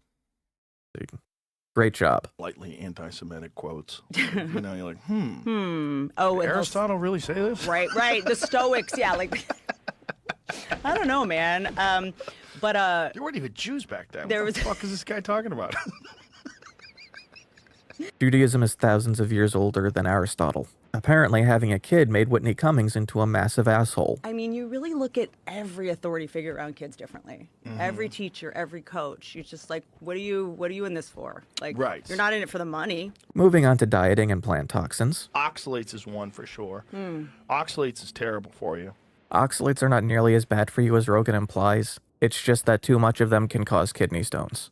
But the way to get around that is cooking them. Close enough. Boiling them leaches off the most oxalates. But one of the things that I've heard from people that are pretty knowledgeable is that the issue might not be the actual plants itself. It might be pesticides. That's the other thing. They say the worst thing you can eat at a restaurant anywhere is salads because it's just covered in pesticides. Nope, salad would actually be one of the safest. And after that, Whitney proved my point about comics and Rogan's Sphere being more about bullying than actual jokes. Nothing in this comment section is worse than what Tony Hinchcliffe just said to me on the phone. in a conversation. And you laughed. Totally. I just talked to Tim Dillon for an hour. Like, I have no self-esteem left. Like, this is like a warm hug. Like, my comment section is where I go for compliments at this point. Sometimes I forget that when I'm hanging out with normies. And I'll just drop a bomb. Yeah, same. You should look at their face like, what the fuck did you just say? I'm like, I thought we were talking shit. Puerto Ricans have guns, homie. The Puerto Ricans love him. Yeah, they do. They really if there's do. any group of people that are great at talking shit, it's Puerto Ricans. It's like Jennifer Lopez cut to her like crying because she's like, what are jokes? But yeah, I love... She doesn't count. Why doesn't she count? Okay, not to bring up California, but have you seen this doomsday fish? What's that? It's a fish that only appears when an earthquake's about to happen. Oh, great. And they're coming up around Monterey in California. It's like a syringe with fins. Really? You know these like fish at the bottom of the ocean that we... Oh, when they're getting away from the bottom because they feel like that it's coming? Then they get to internet anonymity. Well, that's the argument that some people have that I completely disagree with, that it should be your name. Everyone should know who's posting that. And that you shouldn't be allowed to post anonymously. My problem with that is that eliminates all whistleblowing. Oh, good point. You know, you're working at some defense contractor Yeah. and you know they're doing something horrible. That's not how whistleblowing works. Made it into something positive because like being a female comedian on the internet's like pretty wild. And it's like I signed up to make people happy or make people laugh or give people some kind of escape from their life. And if you hating me or saying some mean shit gives you like a hit of like great. I don't think I came into comedy being like everyone has to love me like that. It's not possible. Yeah. People hate Chappelle. People stopped liking Dave Chappelle because he became mean, unfunny, and doubled down when he faced criticism for it. It's interesting when that kind of, I think that as a comic, like it's, you know, and you do something sort of different here, but I never, you know, to take a side just feels so weird. It just feels so bizarre. Rogan uses a really weird analogy to describe how he gets his political ideas. I think it's the opposite of what wokies do with animals. With animals, they're like, adopt, don't shop. Mm-hmm. I think with your ideas, you should shop around. Don't adopt. Don't adopt like all the ideas that the left has or all the ideas that the right has. Shop around. Also, breeders are bad, so rescue a dog from a breeder if you need to. Right. Well, look, breeders are bad, right? Okay. I have the best fucking dog in the world, and he came from a breeder. Some are good, some are bad. Some rescues are good. Some of the worst people on earth are animal rescue people. Another interesting 180 from a comedian. This has been an exercise in Rogan justifying his own actions via analogies that present his ideological opponents as crazy. And when you notice how often this happens, it's like seeing the Matrix with how common it is. And since we're on the topic of fraud, obviously they moved to Minnesota. Where does it go? 24 billion, But just, I'm not unaccounted for. I'm not even mad. Just tell me where it is. How do you even hide They that don't much even money? know. They How do you even literally hide don't it? know. So the House Judiciary Committee Mhm. released a report on the LA Fire Aid concert. Look at this. $100,000 Sure, to podcasters. I want to know who the fuck the podcasters were that got $100,000. Yeah, what are you talking about? Like, what does that mean? Like, what did they prevent fires with that money? $500,000 was used to cover salaries, bonuses. Imagine you got a bonus because there was a fire. Consultant fees for nonprofit But if it's a organizations. nonprofit, why are you giving it money? And to why are you giving them profit? bonuses? Look, it'd just be easier to call Republicans biased against California and call it a day. But LA Fire Aid money has been independently audited, journalistically investigated by outlets on both political sides, and no one has found any indication of fraud. But that doesn't stop Rogan from having a severe reaction based on his predetermined assumptions. I mean, some of that is fucking criminal. This one drives me nuts. Organizations involved in political advocacy, $500,000. Why is anyone advocating for politics? Like, what does that even mean? It's just stealing money. That's right. That's just money laundering. Rogan, amusingly at least, doesn't seem to realize that he's saying a lot of musicians who would probably like to have as guests participated in a fraud against their own city for no personal gain, and that none of the hundreds, if not thousands of people coordinating behind the scenes for them did anything to verify the group they were performing for individually. Fungus planting projects. What? To plant fungus. Yes, because ecosystems were destroyed and they need to be rebuilt. But also, they're like, we know we're going to get away with this. Like, I just But love. they're not, because this guy, the congressman, is looking it up. It's gonna, they're definitely gonna talk about it. It's gonna be a problem for these people. It's gonna be a problem during re-election, and it's supposed to be. They're monsters. These people are evil. They're really evil. For someone who doesn't trust the government, he's really trusting the government right now. The charity culture is just such a bizarre. Does every country have this charity culture? I don't know. Well, our charity culture is really weird because of U.S. aid. And then you realize, like, oh, no, it's not U.S. aid. It's the U.S. Agency for International Development. Whores! Mike Benz is the guy to follow on that. Oh my god. Mike Benz is a right-wing conspiracy theorist who has said under a pseudonym that Jews control the government and are doing white genocide. And he made another appearance on Rogan while I was editing this. There was a guy that was running a bunch of daycares. He had no Already one a red flag. in California. No one at his organization, no kids, pulled up in a fucking Rolls Royce when they were investigating. A Rolls Royce. And once again, Rogan demonstrates his own criticism of social media by falling for fake news. This looks fake.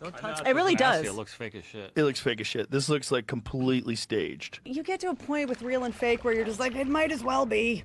It's just like we live in a strange world, and no one investigated where all this money was going in the past. The Minnesota fraud was already being investigated under the Biden administration.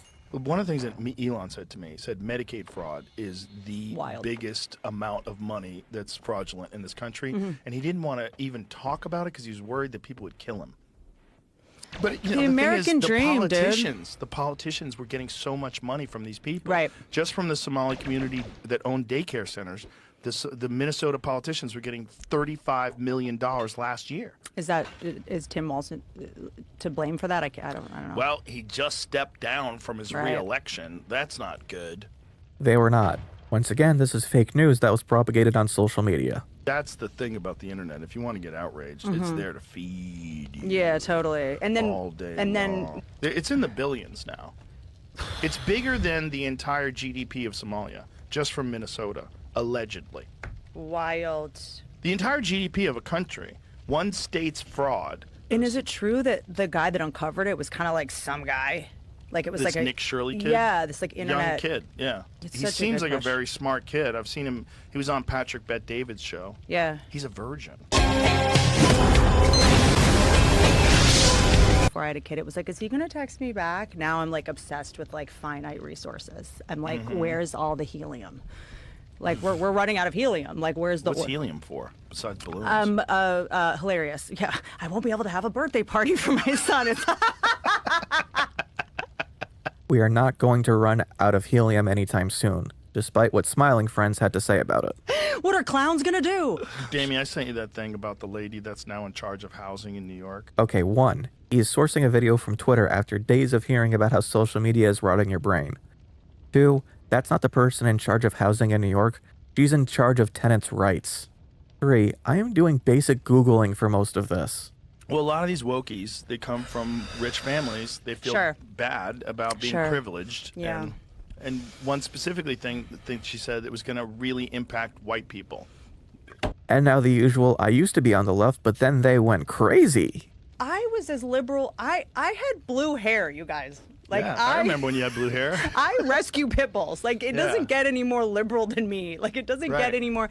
But the whole idea with being liberal is like you had me at, we're not racist. Everyone's equal. But diversity. But then it turns into diversity. Communism. Diversity, but not diversity of thought. She says, sitting across from someone who has brought the conversation back to trans people, welfare fraud, Trump being better than Dems, and totally not an Epstein pedo without providing genitive substantiation for any of his positions. Every day I've watched him so far. We don't believe in gender, but we need a female president. You're like, huh? And then it's like, my body, my choice. Unless it's a baby that needs a vaccine for hepatitis B, which comes from butt sex. Like, there is no cure for hepatitis B. The most you can do is prevention, and that requires a vaccine. And that leads to a conversation between two millionaires about it being a good thing that New York is expensive because it means you want to be there. New York is expensive. That's the deal. I remember one time going to Howard Stern's house, and this is whatever $100 million, whatever it gets you in New York, like I know it's nuts. Still not that big. like I know. My horse's stable. Yeah, my horse's stable is like twice the size of this. If I asked AI to generate a more out-of-touch comparison for this conversation, I don't think it would be able to. For a long time, I think I took bad advice that maybe I had just gleaned. I don't remember anyone giving it to me of like, you have to be crazy to be funny, or your life has to be a mess to be funny. I think a lot of comics hold on to that. If I ever get happy or... What I find interesting about this conversation isn't Whitney herself, because I think she's pretty boring, and judging by Rogan's reactions, I think he agrees. It doesn't have to be true, but it can be true. It can be, that's right. Well, comfort can make people fat, too. They can get lazy. What's interesting is that when you compare this actual comedian's take on comedy to Bradley Cooper just trying to emulate it, there is a wide gap in the level of authentic passion you get from each of them. You got to make sure that you're still in the trenches and that you still don't make your life so easy that, you know... You're not disassociated. You're not disconnected from the outside world. And somehow, the conclusion Rogan comes to in this conversation about New York is that the backlash to Mamdani is going to result in the next mayor being a Republican. In New York. A Republican. What's probably going to do is it's probably going to lead to some sort of a Republican government there. There's probably going to be a lot of backlash. People are probably going to organize. Probably going to realize that you can't have communism, and it'll swing the other way. Rogan must only have 4 senses left because he is out of touch. there was a little bit of like a elitism. I think it's part of what made TV start becoming kind of irrelevant is these sort of like elite writers from Harvard making shows like The Office and show, you know, these comedies. It's gonna get me in trouble, but it is kind of like making fun of poor people. It's like, wouldn't it be funny if people like worked at a paper mill and like went to Chili's? Like, what a bunch of losers. It's like, So far, all of the funniest moments on Rogan have been the total obliviousness on display, because that was, in Rogan's terms, the wokiest thing I've ever heard. especially also when you've been around long enough and you've seen things you found to be true be completely debunked. Like, remember when we all thought soy milk was healthy and now like half my guy friends have tits and my girlfriend's tits all got cut off? I'm like, everyone I know has cancer. Soy milk doesn't do that. The phytoestrogen people talk about in soy milk does not act in humans the same way normal estrogen does. After you've been conned enough, you're sort of like, you know, I think very skeptical about accepting these like new truths. And look, we learned that the Native Americans and the Pilgrims had like a fun dinner. They like got along great. Because as a kid, it's more important to learn about accepting diversity than it is to learn about genocide. Why do you think you aren't woke? They come back to AI again. It would recognize that human beings are so destructive and so often full of shit and manipulative and looking to just figure out a reason or a way that they can sneak something through or make something happen or overthrow a government. AI's going to go, you can't do it that way anymore. We're not going to give you that kind of power anymore because you guys are abusive every single time you get a lot of power. Why do you think you aren't woke? And this is the last thing I'm going to bring up because I'm getting bored. Whitney unintentionally calls out Rogan. You know, I don't have to tell you, you know, those comics that you like look up to so much, or they're legends, and then all of a sudden they just stop being funny. And you're like, how did this happen? You know, whether it's because they've, you know, incubated themselves against, doing what normal people do on a daily basis and, you know, assistants, but they've surrounded themselves, they're not friends with comics. It's always that. It's like, how did that person start? They're just not friends with comics. And they don't have someone humbling them constantly and pushing back and giving them shit. And all the motivations that got them to be funny when they were younger have been eliminated. Because almost all of it is to try to get extra attention. That's right. From girls or from your friends. You're trying to be funny. You have no motivation to be funny anymore because everybody loves you and you're rich. it's like I look when they're like memories and I'm like, oh, I forgot about that. Because it's in here. The word retarded is back. And it's one of the great culture victories. There's been a tilt in the conversation, in both conversations, in the last couple of years. And it's largely to do with people who have appointed themselves experts, who are not experts. Who's that other dude who thinks he's an expert on Churchill? Daryl Cooper does not think he's an expert. It's pretty hard to listen to somebody who says, I don't know what I'm talking about, but now I'm going to talk. If you throw a lot of shit out there, there's some point at which I'm just raising questions is not a valid thing. Mm-hmm. You're not raising questions. You're not asking questions. You're telling people something. Do you think Daryl's doing that? I think there's a whole bunch of guys doing that. I think Dave is doing that, very obviously. Dave's a comedian, but he's now mainly talking about Israel. I feel you've opened the door to quite a lot of people who've now got a big platform who have been throwing out counter-historical stuff of a very dangerous kind. Look, these guys are not historians. They're not knowledgeable about anything. No one's calling Ian Carroll No, but then why listen to their views on Churchill?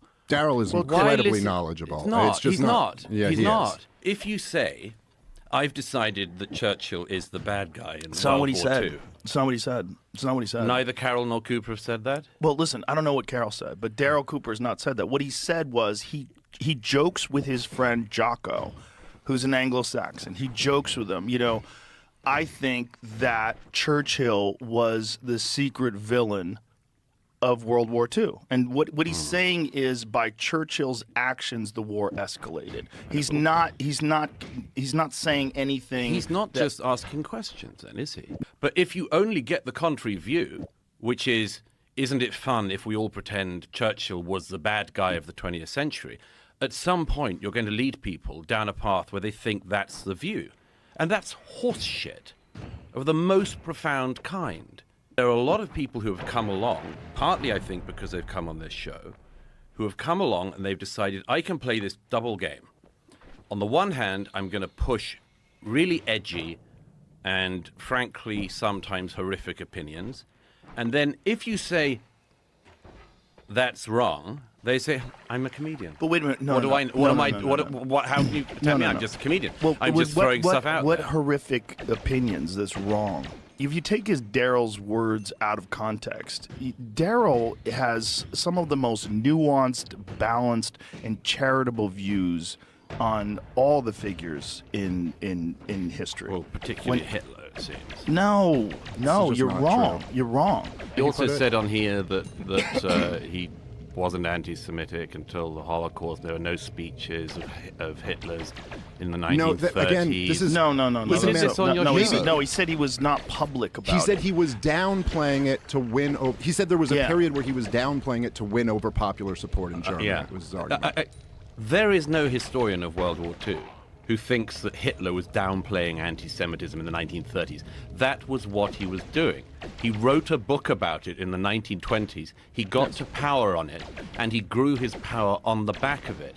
The idea that you can argue that in the 1930s, Adolf Hitler was downplaying the anti-Semitism, like, there's no historian who would agree with that.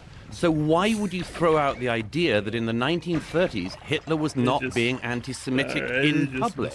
That was what he was doing in public. He announces to the German parliament what he wants to do. So when you're throwing out claims like he was keeping it down in the 1930s, first of all, what are you doing? And secondly, why? Today is going to test my composure because Rogan is having a conversation with Rand Paul about COVID, and I don't know if I can show it.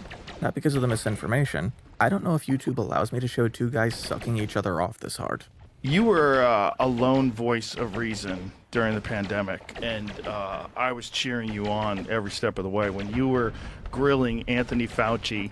With all due respect, you do not know what you are talking about. It was mind-numbing how many people were going along with it and how many people just accepted what he was saying. At least Metzger had the decency to dress like a nutjob and not like Will Ferrell from Night at the Roxbury. One of the greatest tragedies, and we knew this within days, was that children weren't getting sick. They were. No child without a health issue really died. Well, they Zero. got sick, but it wasn't dangerous for them. It was. The argument was you're going to bring it home and you're going to infect your grandma and she's going to die. That was The argument didn't really hold water, though, because everybody got it anyway. Hey, pal.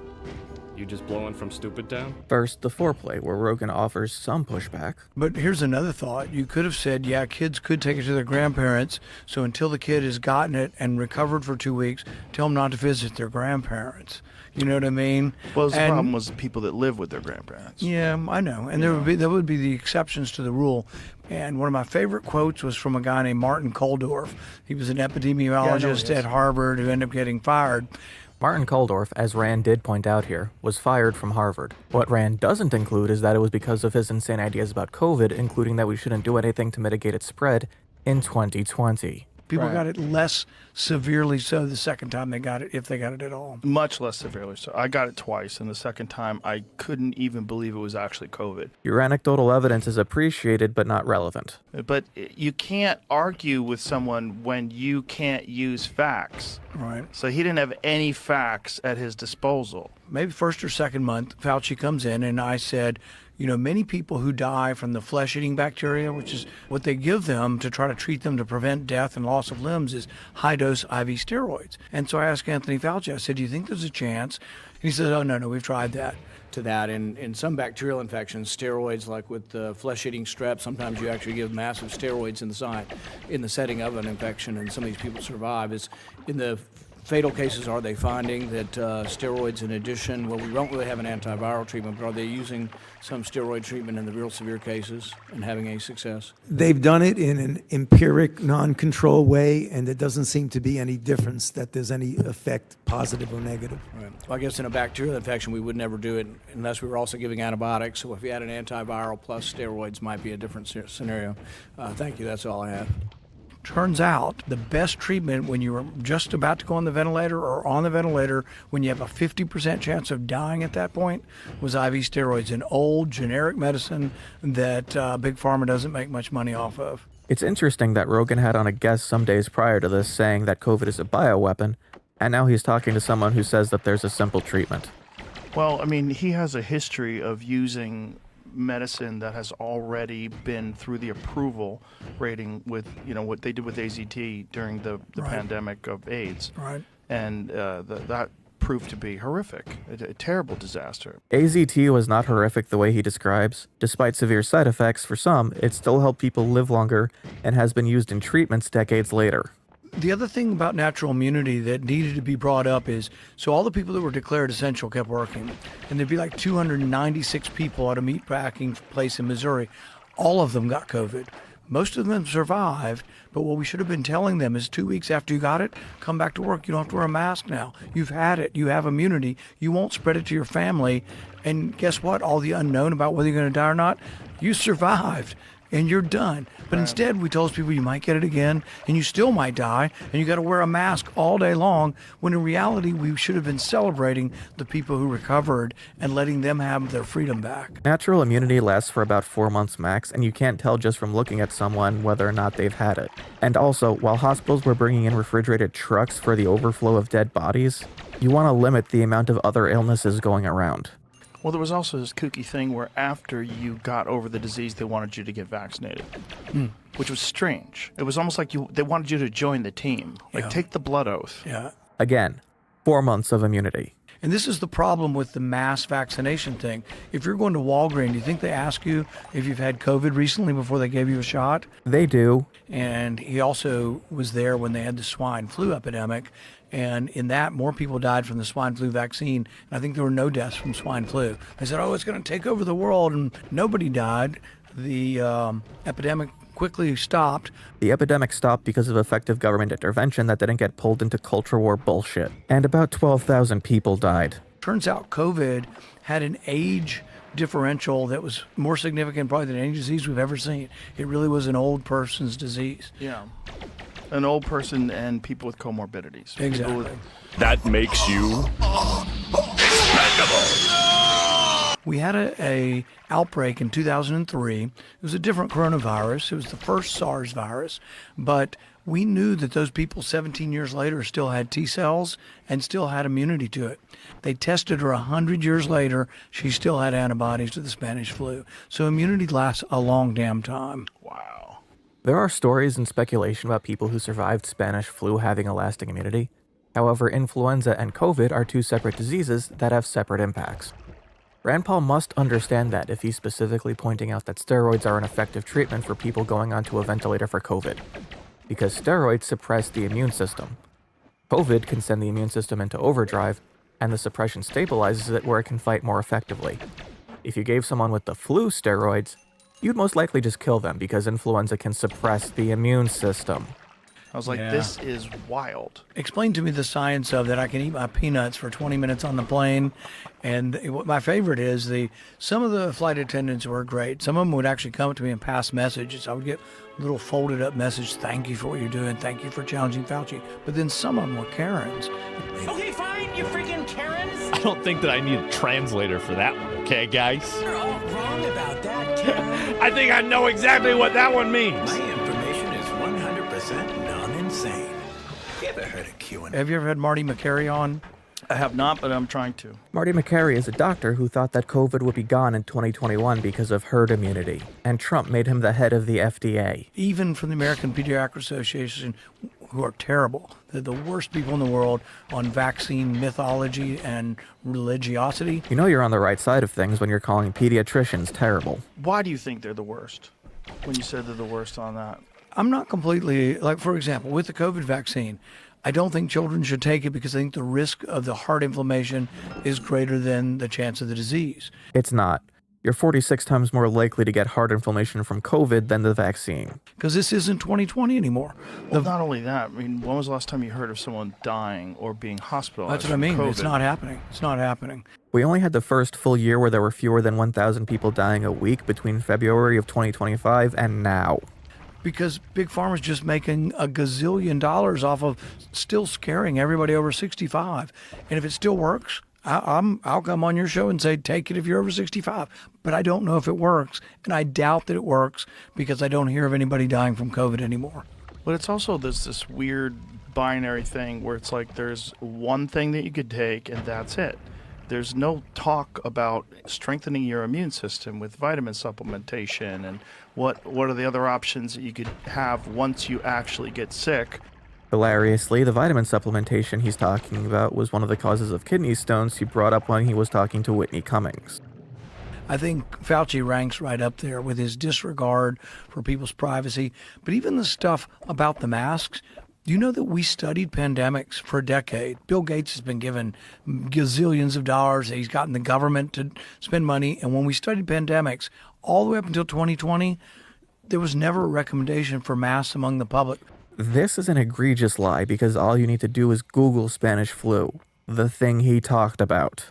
What's amazing to me is how many people in the general public are not skeptical. How many people in the general public will hear this kind of conversation and immediately their hackles get up and they want to argue against this. Vaccines save more. Vaccines are so important. They have no information. They've done no research. They've never looked at it objectively. They don't understand the whole history of compensation and what happened with the immunity. I'll just be over here with my evidence that vaccines are the single most life-saving invention in human history. But he also never got, and I kept saying this in the hearings, he needed humility.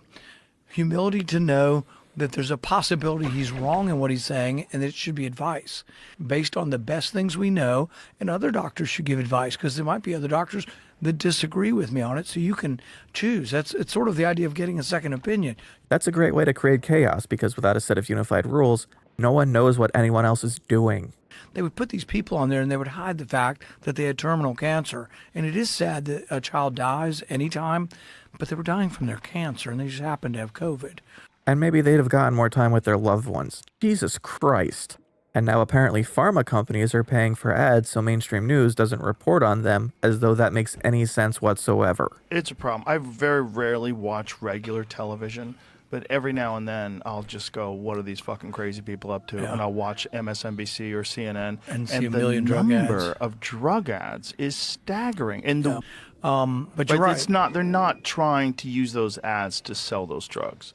They're using the money by putting those ads up to make sure that those pundits don't talk badly about the pharmaceutical drug companies. It's probably more about shaping the news than it is getting sales. Well, the proof is in the pudding. There have absolutely been horrific side effects of a bunch of different pharmaceutical drugs. You don't hear a peep about any of that stuff on CNN. It took me 5 seconds to find a CNN article refuting this. And they've just recently outlawed all the hemp stuff. And I've been fighting this for the last 2 months. But all the hemp products, I know Texas actually has a lot, they're all going to be banned within 1 year now. Now, how did that get passed? Mitch McConnell. Thank God they're done with COVID. They talk about CBD and hemp for a bit. I guess their conversation on this is fine comparatively. Who are we to tell somebody who can't sleep at night that an Ambien's better for them than taking a hemp gummy to go sleep at night? But then they talk about government workers briefly. It's got to be very bizarre being a rational person working for the government. Yeah. The people up there are of a different sort. Many of them have never worked really outside of government, so they really... Fun. Yeah, they know nothing about writing checks. Yeah, exactly. I'm telling you how live your life. He's a bureaucrat. I don't respect him. To be clear, working in government is a career. They eventually get to Trump bombing Venezuelan boats and kidnapping Maduro. Blowing up these people in boats off the coast of Venezuela. They're accused of running drugs, but nobody knows their names and nobody's put up any evidence. And against all justice and against all laws of war, all laws of just war, we never have blown up people who were shipwrecked. It's against the military code of justice to do that. But the weird thing about it is they really care about drugs, except for the former president of Honduras, Hernandez, who was given a 40-year sentence, was tried. Rand is being very careful not to say that Trump was the one who pardoned him. And he's let go at the same time we're arresting Maduro because we're attacking the United States with drugs. Rand has to walk the tightrope of being a Republican while also maintaining his libertarian bona fides. And at this point, all it does is show that he has no principles, as he calls actions antithetical to his beliefs, simple disagreements. You know, we've tried it in other places. It's one of the things I liked about Donald Trump. He was against regime change in Iraq. He was against regime change in Libya. And the good thing about President Trump, and this is something I always really like about him, he'll make decisions on the spot. He doesn't ask a committee to vote on whether he can talk to the president. The president still has good instincts. I disagreed with the bombing of the boats and the bombing of Maduro. I'm not too unhappy with the result, but I don't want the chaos to spread to Colombia. And I think Colombia does cooperate with us, particularly on the drug trade. It's not perfect, but he was talking about regime change in the campaign. Some of it's the influence of the people around him. I've jokingly said we ought to pass a law saying Lindsey Graham shouldn't be allowed in the White House, because I think I think most of these probably were why drug do you think votes. they're doing it then? They wanted regime change, and I think Rubio has wanted regime change. He's been itching for it for 15 years, and I think he has a great deal of influence with the president. And they've convinced, and it's selling someone like the president that he can use his power for good is an argument that I think a lot of people would succumb to. It's my job and others to say that really invading Greenland's not a reasonable thing. Invading Cuba, invading Colombia, that there has to be pushback. I also don't even think it's good for the president, who I largely like on a lot of issues. It's not good for him to have no critics, for people to be afraid to criticize him. I agree. And when they get to talking about the oil in Venezuela, they don't even mention what Trump has said about it. But so what is the primary motivation for regime change? It can't just be he's a bad guy. Well, Because no, there's I think a lot of bad guys. I think a country suffers, and they want people justifiably want better stuff for the people there. I think they also do worry, as you mentioned earlier. They say there's too much influence of Russia and China there. That's what I've been reading most that makes sense, is that the concern was that China or Russia was going to ramp up oil production. Right. But I don't know. And also, I don't think I've had a chance to do this yet. I said in my Kalinsky vid that this wasn't about oil. My description of Venezuelan oil still stands, and American oil company resistance to actually mobilizing towards Venezuela shows that it's not something you can actually just invade a country for. But as a primary motivating factor for Trump, yeah, I was wrong about that. Rogan gets into some questions that basically allow Rand to flex his libertarian beliefs, revealing a comical misunderstanding of economics and human behavior, starting with interest rates for loans. Well, part of the interest rate being much higher, if you're going for a same-day loan, is one, you're much higher risk, you're more desperate, but also by you having to pay 30%, it's going to teach you to be a better planner the next time, because you can't keep borrowing at 30%. Then they get to housing costs. What are your feelings about corporations buying up personal homes? So to me, it's just a freedom issue. I don't think I think the price of homes has gone up because the value of your dollar has gone down. We are destroying the dollar. It's like, is gold more precious? No, people are freaking out about how many dollars have been printed and how much debt we're incurring, so the dollar loses its value. And prices are home. I'm not making light of the problem. You know, I have kids of the age of trying to get into houses. It's difficult. Prices are extraordinarily high. Rand's breath must smell like glyphosate after that word salad. And also, corporate ownership of homes is not driving up housing prices to any significant degree. And once again on this show, someone uses both sidesism to sanitize Republican irresponsibility. When it comes to the economy, and when it comes to spending money, what do you think can be done differently? I think the first thing to acknowledge is both parties are equally guilty. The debt is the problem of both parties, and the spending is both parties. What if we spend 1% less next year on welfare, and I'll tell my party they have to spend 1% less on military? That solution is insane. Then they get into talking about food stamps, and surprisingly, Rogan actually pushes back. For example, food stamps. People say, well, people are going to starve without food stamps. Well, why don't we just get rid of Coca-Cola and Pepsi? No sugar drinks on food stamps. That's 10% of food stamps. We're going to spend 10% less. No one's going to starve. Would you spend spend less, or would you just limit their purchasing? But there's a lot of things that you can buy that really, frankly, aren't, a head of lettuce is not that expensive. Beans aren't that expensive, and they're healthier for you than most of the things we eat. Some of this comes from a book. There was a book written by Charles Murray years ago called Coming Apart. Charles Murray, isn't that the guy that had very controversial ideas about race and IQ? Yep. Yeah, but this wasn't racial. I cannot hide how much I loathe this man, and I think that bias is well earned. This is the problem with social safety nets, where I'm a big believer in it. When I was a child, My family was poor, and we were on welfare, and we were on food stamps. But they worked their way out of it, and then when I was in high school, they were doing really, really well. But we have to have tough love involved with it, and we have to have the idea that it's temporary and we're trying to get you to another place. So You can't enable people to continue bad choices over and over and over again and say, well, we just have to take care of them. I see work, and I would mandate work for welfare programs. If you're able-bodied, you would have to work. I wouldn't give you a penny. Everybody would have to work. But I tell people I'm not in favor of that as punishment. That is reward. Work is a reward. And what level of work dictates the amount of welfare you get? And how much time will you have to seek a job to get off of welfare? All this does is trap people in cycles of debt Rand says you should be responsible enough to stay out of in the first place. One of the things I want to talk to you about is what's going on in this country right now. Well, one of the big things that's in the news is this whole Minnesota thing, but particularly fraud.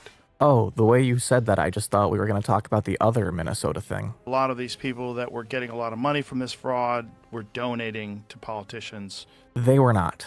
So I had this debate for years with McCain. McCain said we should admit all these people who were interpreters in Afghanistan, all these people that are interpreters in Iraq. And my response to him was this: if they can speak English and they're pro-Western, they need to stay in their country and be the founding fathers of their country. That answer is such horseshit, even Rogan has to call it out. But isn't that a kind of a simplistic perspective? Because a lot of those people would be dead. You know, we won the war. What war? Well, we won what war? Well, the war went on forever and ever. And what is Aleppo? You're kidding? No.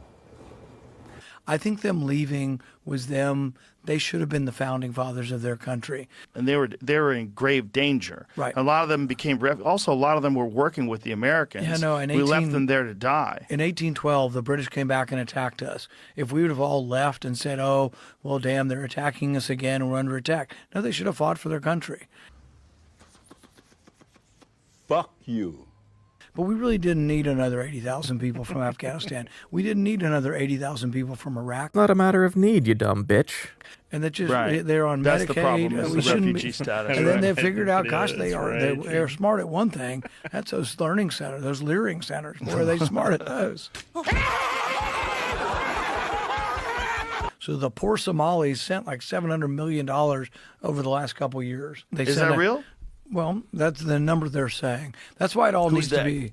It's been in the press reports. I can't tell you exactly who. That's a nice argument, Senator. Why don't you back it up with a source? My source is that I made it the fuck up. Okay, to be fair, he tries to back it up with stats from the TSA, but even then, they reference the totality of declared money, not specifically money to Somalia. There's no way for him to know the actual amount. Everybody wants to help people, and you're a grumpy old terrible Scrooge if you don't want to give refugees more money. If you give them more money, they'll steal more money. You have to give them less, so everybody's looking harder at the money. And despite having an actual U.S. senator in front of him, Rogan can't help but continue to go over all of the tired points he's brought up every chance he already could. Nothing about aliens or who killed JFK, just Democrats importing illegals.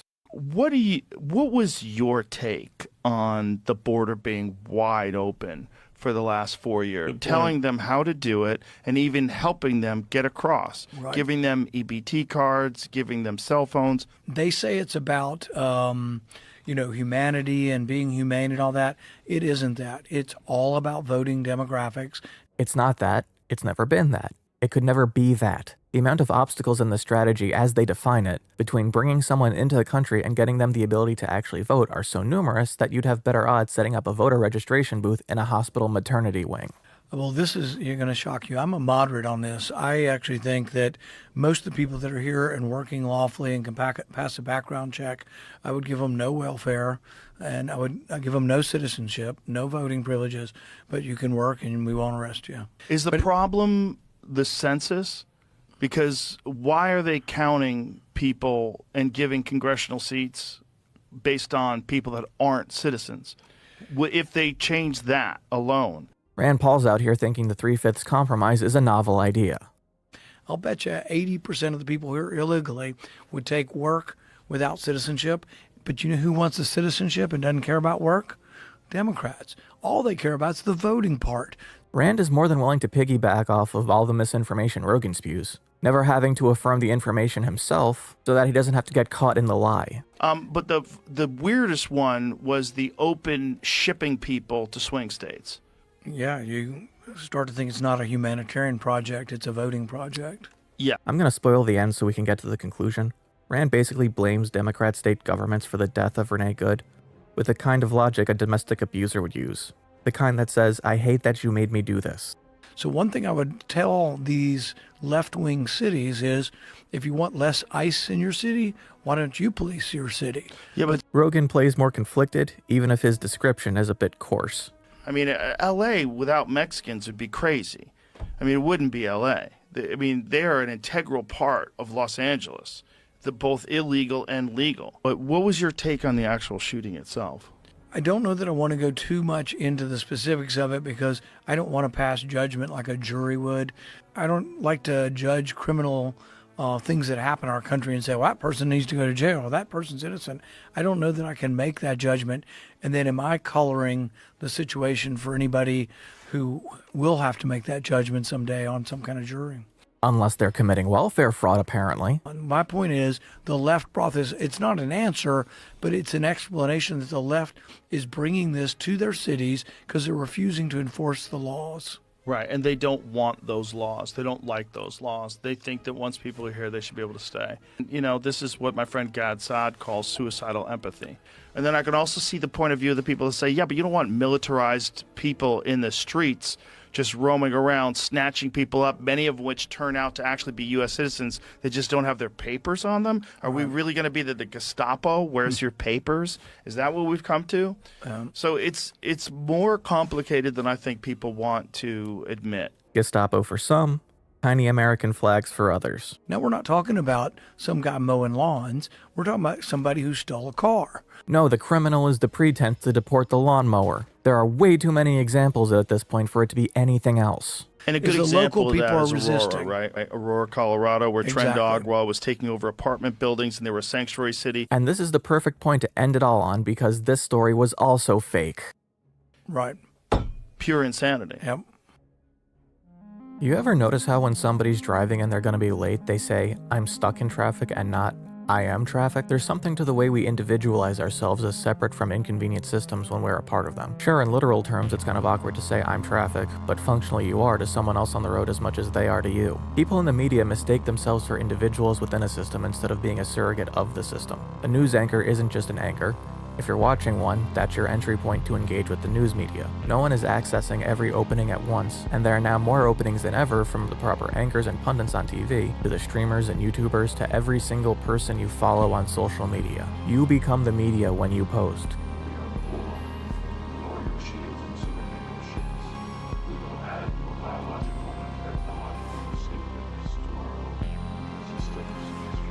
You are the media that people listen to as much as a news anchor, even if your audience is one. Interactions with media are ingested individually, and that in turn creates broad understanding. Whether that understanding is accurate is another story. Whether you're a news anchor, a streamer, or a musician at a concert, the interaction being created isn't bidirectional between thousands of people and one person. It's one way, 1,000 individual conversations between one person and their audience. Social media has entrenched and supercharged a system that encourages sharing information by stoking strong emotional responses at the expense of accuracy and honesty. Spaceball 1. They've gone to plaid. The cacophony is as much an expression of anger as it is of information starvation. Questions like, what are the Dems doing, aren't just rhetorical concern for the well-being of others, it's a literal request for information. Who would make love to that? How do you make love? Do you have a book? What? How do you do it? I'm asking. But because people are siloed into specific media habits, they aren't getting that information. And the individuals who exist within the systems that are supposed to deliver it don't see themselves as responsible for the delivery. It's not my fault. I'm not to blame. No one wants to look it up because no one expects to have to look it up because no one thinks of themselves as part of the media ecosystem. Social media isn't seen as a civic responsibility. It's seen as a way to receive attention. But we are providing the content for one another, so we need to be mindful of what that content is. You, as someone who posts on social media, are responsible for the outlook you engender in other people if you choose to offer your own. That means knowing for certain that something is accurate. Joe Rogan is emblematic of the problem with social media. simultaneously criticizing its influence while being wholly under its spell. When I say you shouldn't use Twitter as a source, I'm not implying that literally everything on the website is wrong. I'm saying that the way information and misinformation have been mixed together makes it impossible to reliably say whether something is right or wrong just by looking at it, regardless of how much you yourself trust it. We are caught in an information haze, only able to glimpse the outline of what is precise and accurate, vaguely gesturing so as to convey its meaning. We end up communicating via memes and references that strike an emotional tone that determines how one will choose to accept new information down the line. It's more than just illusory truth. It's an illusory identity. Our issues generally start from a place where we don't know how to put our feelings into words. We seek people who have insight that might be able to provide it, not just as a way to articulate our frustrations, but as a way to solve them. However, we can mistake the ability to accurately express a frustration with the ability to solve it. How many men go to Andrew Tate for advice on women only to come away feeling even worse, believing that it's a result of greater understanding and not intentional misunderstanding? Conspiracies are born out of the same natural compulsion. The same way we try to reconcile ourselves, we try to reconcile the world. It's all connected. A web of conspiracy that goes all the way to the top of Arizona. We give things larger purpose so as to justify how it makes us feel instead of learning to accept things as they truly are. And when things have much larger consequences, the answers we search for become more palatable than the answers that are most apparent. A storm is a tragedy until you remember you advocated against the ways in which we might be able to prevent them in the future. A vaccine stops being a means to prevent disease because admitting that in turn means you have to reconcile however many people you hurt by advocating against it. Backing down becomes self-destruction. It activates the same survival instincts as if you were faced with real danger. And there are people who will gladly go along with and enable that denial, knowing that it is a potent drug to numb one's mind or to take advantage of that state to elevate themselves. But like any drug, addiction comes at a cost. Friends, family, the life you had becomes supplanted by a network of enablers. It is a community that reinforces isolation. The right-wing echo chamber at this point doesn't exist just to give people news. It is an alternate reality shaped to their audience's preferences for a world in which their pain has justification. It provides the affirmation necessary to continue denying their own actions. However, this is not something exclusive to the right. It is exclusive to extremism. When political goals are dependent upon contradictory characteristics between your ideals and your leaders, you need to be held in a state of constant social anxiety to maintain loyalty. In a word, cults. Rogan provides a sense of normalcy to people who have otherwise lost their own, and he does it by simply appearing as a vicarious friendship. But that friendship has the hierarchy of a high school clique, and no one wants to be the one who calls it out and loses their identity within it. But can the people within it really say they have their own?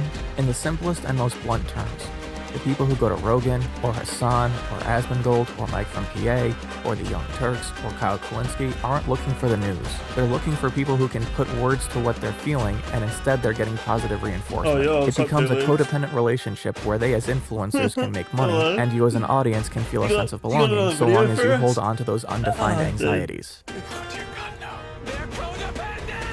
What their audiences really need is therapy, not because there's something wrong, but because there's something there to be understood. Rogan claims his podcast is more authentic than regular talk shows, but what is the value of authenticity as a descriptor besides the assumed standard that you believe what you're saying? God, I'm so happy to be done with eugenics. Genuine, and it's worth fuck all. There can be authenticity in performance. There can be authenticity in repetition. There can be authenticity in structure. All of these things are tools for communication, not reflections of character. A play performed 100 times conveys the same message, but because the audience is constantly changing, the message is always received as new. And because the performance is repeated, there's a singular, clear, and efficient purpose. Politicians do not inherently lie because they give a standard speech or they signal vague ideas of what is good or bad. They recognize the responsibility of speaking to millions of people at once requires connecting with as many people as possible as closely as they can. They are trying to hit the center of a Venn diagram with millions of circles. When it only seems like they are partially speaking to you, consider that the rest of what they are saying is to everyone else, and whether your circle would have greater overlap with them. The result of seeking authenticity has been at the expense of genuine knowledge. We might feel unincluded or alienated by expertise, but that doesn't make it inauthentic. The validity of expertise is not defined by how we choose to apply it to our own lives. A mask during COVID is only an attack on freedom if your concept of freedom starts at your ears and ends at your mouth. If you can recognize that freedom extends beyond yourself, then you know that mitigation is not an attack on freedom. The attack on freedom is the disease. And just because systems you previously hadn't interacted with are suddenly operating with— I gotta admit, I'm definitely not listening to what this dude is saying at all. I just watched like 2 hours of him just ripping on Joe Rogan, so I thought I would. Greetings, fellow gamers. You know what? You got me. I love playing survival games. Who's this? Bro Leg. Did we watch some of this guy's stuff before. 1 second before we begin. Was this the one that was total sensory overload?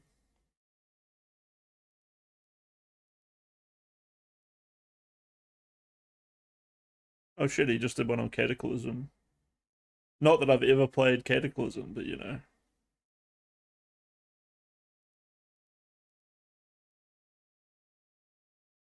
First vid I've seen of him. Okay, so it wasn't one that you were like, remember like a while ago, like you got me to, we watched like an hour and a half or whatever, and then you just fully linked like a follow-up for like another hour and a half, and I was like, Jesus Christ. I was like, my brain. My head has been dunked in a vat of, or my brain has been dunked in a vat of Fanta.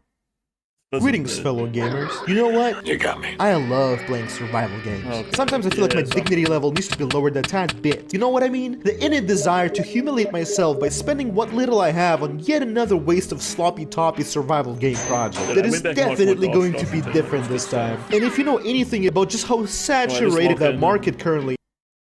I mean, have you already seen this one? I guess I want to see what Vintage Story is, and it's only... Yeah, this thing you can probably imagine that it's filled with abysmal garbage. Now, finding a good survival game is actually quite a challenge. So challenging, in fact, that when you see someone say that a survival game is really good, you can instantly assume that in actuality is mid at best. And that's if you're being generous. Because in cruel reality, most of the commonly played games are landed straight into the middle. Not great, not terrible, just the good old survival slop. And while unique survival games... Oh, look, it's Carly Muscle. I love this guy. Oh, dude, have you seen the new Louis? Do you enjoy Louis C.K.? You know, the British documentary maker. So he cropped up for me way back when I think he first got really famous for like blowing up Louis Saville. But he like, he goes and he fucking interviews Fresh and Fit, this dumb retard called HS Tiki-Toki, who like I've definitely heard of, but just don't pay any attention to. John Zerka is in the new Louis Theroux doco, but it's just called like Escaping the Manosphere or something, or it's like I interviewed the Manosphere, and like why did I even start? How did I just transition from this to that? I guess I was thinking about like games to play and things to watch, and I just wanted to recommend it to you. But there was actually a specific moment in it which I think reminded me of something that the guy in the video just said or something. I don't know. But fuck, dude. Louis C.K. It was because Louis C.K. is like, he's like sitting there and HS Tiki-Toki, they're like at the gym or whatever because it's what he, and it's like, cause it's like a doco, it's like a documentary, right? He follows him around, he talks to him about his day, and HS Tiki-Toki is like walking around and being like da da da, and Louis is just like, who are you talking to? He's like, no, this is like a real actual professional. This isn't YouTube. You can just talk to me. You don't have to sit there yapping to the camera. Like, and then like when he's interviewing Myron Gaines, he hits him with the like, hold on, but like you're not even married, so like why are you even giving advice on this? And then there's like another part later on with the Louis C.K. thing where Myron, no shit, is like doing Fresh and Fit after hours, which, you know, is like 6 hours of like random ranting bullshit. And Myron's like, everyone knows that like you don't want a woman who's like a total whore. It's scientifically proven that the DNA of every man that she has slept with has been diffused into her sequences, which is why, you know, you hear about women who many years later end up having a kid who still looks like their ex-partner. And just live on Fresh and Fit, Louis is just like, you know, when you hear about misinformation happening on the internet, this is that. This is just bullshit. I'm like, yes,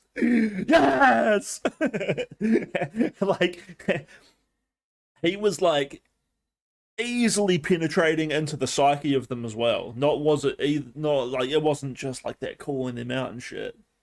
Yeah, hell yeah, like fucking. I just see you writing like, have you seen it? And then I'm like halfway through explaining it, like because because Louis C.K. like at the end, one of the real psychological points he yaps onto is like these men often just have difficulty with their mothers. Like they're either from they either like their father like beat them up or abandoned them, or they have like a domestic situation with their mum, where their mum is just like overbearing and like, oh, don't fucking do that, hitting them. And he spends like a lot of it like hanging out with the HS Tiki Toki guy. And the craziest thing about that is the HS Tiki Toki guy, Louis, is very amiable. Like, you know, like he gets along well with like everyone. He's just a normal guy. But within like a day of him hanging out with HS Tiki Toki, the pressure of being a social media influencer immediately breaks HS Tiki Toki. So by the second day that rolls around, he's just had all of his chat like pestering him, like, oh, this Louis guy's gonna fuck you over. Like, he's known for like backstabbing people and like blah blah blah. Instead of like figuring it out, HS Tiki Toki just takes that for what it is. But it takes him a few days. So he spends the first day, it's like fine. It's kind of surprising that he's actually doing this thing to like reveal himself, because you know these guys are full of shit and they know they're full of shit. Then day 2, the guy's kind of like a little bit standoffish, and Louis just brings it up like straight away. Day 3, the guy starts like trying to bully and maybe make content out of Louis. On top of that, they end up like beating up some gay guy. Like apparently the HS Tiki Toki guy, he likes to do the old like finding pedophiles like kind of thing. But they just end up like fully assaulting a guy who's just like not a pedophile and is just gay. Like, fuck, dude. Like it's so gross. And Louis just like is like, he was like, when I realized like what was like happening, I just like left. You know, I don't want to be a part of it. But like he's literally making a doco. Like it's also like, you know, like if you're in Africa and you like are like interviewing a warlord and he goes and kills a fucking village, like you film that shit, right? Louis is like tasteful about it. Like he doesn't really film it, but he's like very clear about what's going on. And then he shows how like HS Tiki Toki and they all knew that it was like totally wrong, but then they like censor out what happened, and they just are total scumbags because on one hand they're like, yeah, that was terrible. You know what this reminds me of? It's Justical saying that Sabersexual was like weird, but then like low-key just advertising it like really hard as like, well, we need someone to do this, and like we were like totally okay of talking about it. But from what I heard from people on the Discord, like a bunch of people left because when they wanted to have like an open conversation about Saber, they were just like ridiculed as like being like Darius fans or like other shit like that, and they were just like, fuck this. I'm not gonna like name the names. But yeah, more recently, I just bring it up as well because Kelly came back online after her dad died and she'd been off, and I saw ZZ and Dung Devil like just like mocking Kelly for like wondering about Saber and be like, we all just had like reasonable conversations about this. And I was like, you pretended to have reasonable conversations about it. And so the way I compare this to HS Tiki Toki is he beats up this gay guy by calling him a pedophile, and then he plays it off to Louis like, that sucked, that was awesome, that's not awesome, that's definitely not what we want. But then, and he's like, we take down the VOD, we don't want that showing on the internet. But then his team of people goes ahead and clips it into like a, you know, into a whole fucking, what do they call it, like a media complex, to like share it all over the internet. Like an epic moment, but only done in like little shorts. Fucking yikes, dude. Is that the Louis Theroux rap? My money don't jiggle jiggle, it fold. I think you're confusing Louis C.K. and the comedian. Did I say Louis C.K.? I'm trying to say Louis Theroux.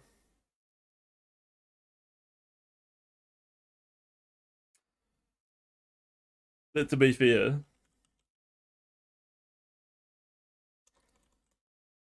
that does happen. When I first heard that the doco was coming out, the people I heard talking about it also confused it with Louis C.K.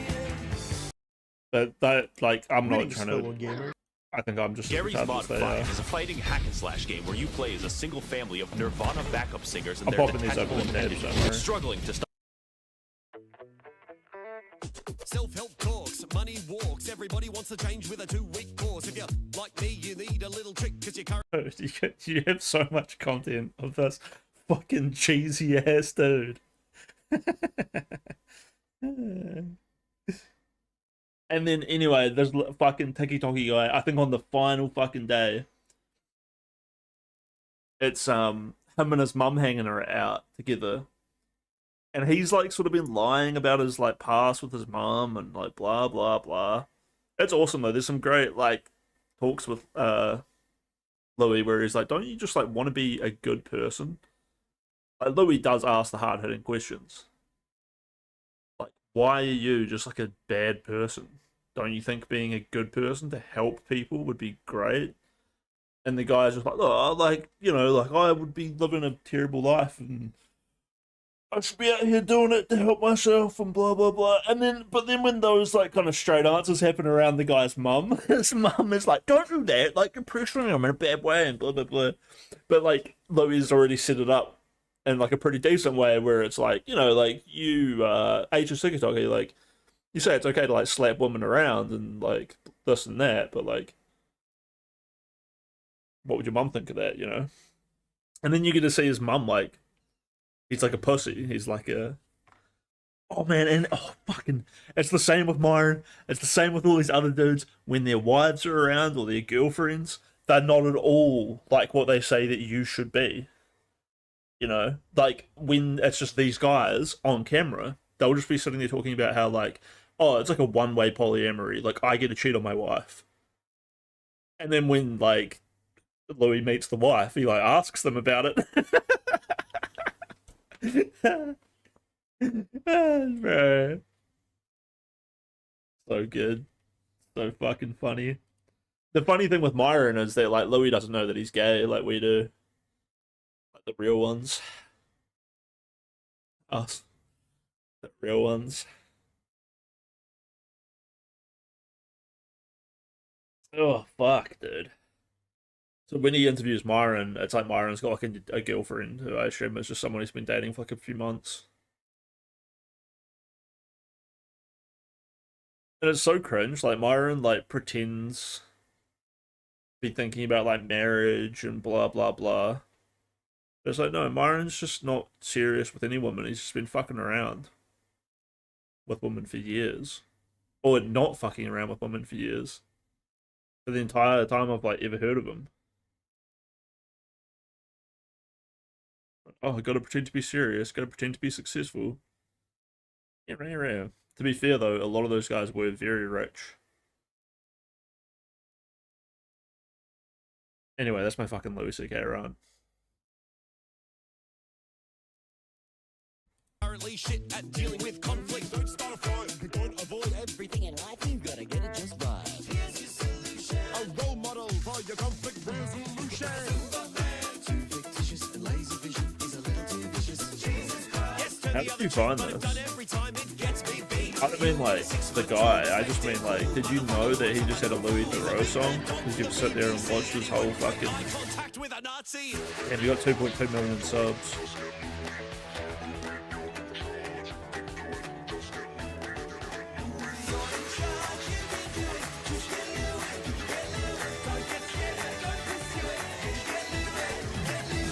Nice shirt, asshole. I couldn't help but feel there'd been a communication breakdown between the random man that had shouted at me on the street and myself. The fuck is that? Who's speaking right now? Shut up. I regret that I'd lost my temper. I apologize for shouting in anger. But my hopes were through genuine I might, we could dissolve the tension that had grown between us. Actually, I need to get my medication. I woke up at 5:30 this morning. It felt so fucking good. I was so tired yesterday. So at like 6 o'clock, I like just went for a walk for like 3 hours, and then I bought like bulk chicken and then forgot to put it in the freezer. And I woke up this morning and then I was in the shower at like 5:30, 6 o'clock in the morning, and then I remember, I'm like, I didn't put my chicken away. It's weird that I would like remember such a specific thing. I knew that my chicken wasn't in the fridge. And so I went into the math of the temperature in my room, and the bacteria probably did like 6 flooding. What do you call it? Hematosis? It's not hematosis. But say there was 1,000 bacteria on there, like salmonella when I bought it, there would have been 1,000,000 by the time I'd actually remembered. So I was like, fuck, I had to throw like 3 kilos chicken in the bin. Oh, I haven't been able to tell anyone about it. You're the first person I've talked to about it. That's so shit, dude. But it's just because I was so sleepy yesterday. But then I just walking around for like 3 hours in the sun and then watching the sun go down. I think my brain finally was like, yeah, nah, mate, go to sleep, go to sleep. For like 2 weeks, dude. I've been staying up until like 3 o'clock in the morning. I hate it. It's not like awesome. I love waking up early. Doing some push-ups. Doing some push-ups. Getting that morning dew.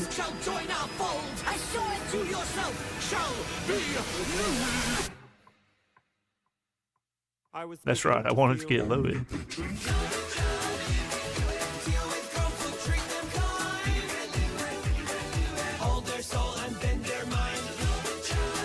What does this got to do with Louis Theroux?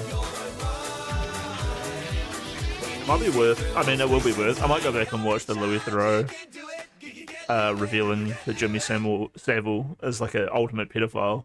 AG's Tiki keeps trying to make fun of Louis hanging out with Jimmy Savile, saying that Louis is a pedophile who hangs out with powerful Jewish people and blah blah blah. And he just has no idea that Louis like became massively famous and loved for like attacking that guy, and Louis doesn't correct him. He's just like, okay, okay, sure. And then the guy's like, you're gay, you're a gay pedophile. And Louis like, I'm 50, 60 years old and I don't give a fuck. There's a part where Louis is like, were you just looking at my biceps? To the guy as well. Like, I can get some. Yeah, it's so good, dude. Yeah, bro. Unbelievable mogging. Unbelievable mogging. Oh, man.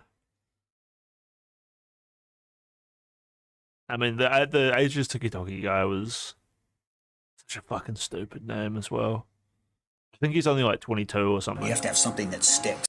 Like 22 and a dumbass. Like 22-year-olds can obviously be like when I was 22, I was fucking been working hard for like a long time and traveling the world and shit. You know, I was like a grown up. Definitely wasn't a retard like that. But like, on the other hand, I'm like intelligent. Not, you know. There's still, I don't know. It's both like ridiculous the guy acts this way, but also like, I'm sure he won't be like that in a year or two.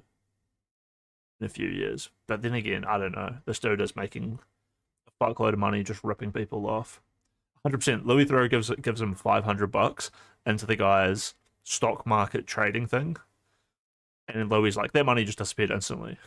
Like, they're never any benefit from me. Like, and it's like, fuck, dude. How much is that just a Tiki guy making off of that? It's a little bit like, to bring this up again, like the Roger C guy who does the forearm training.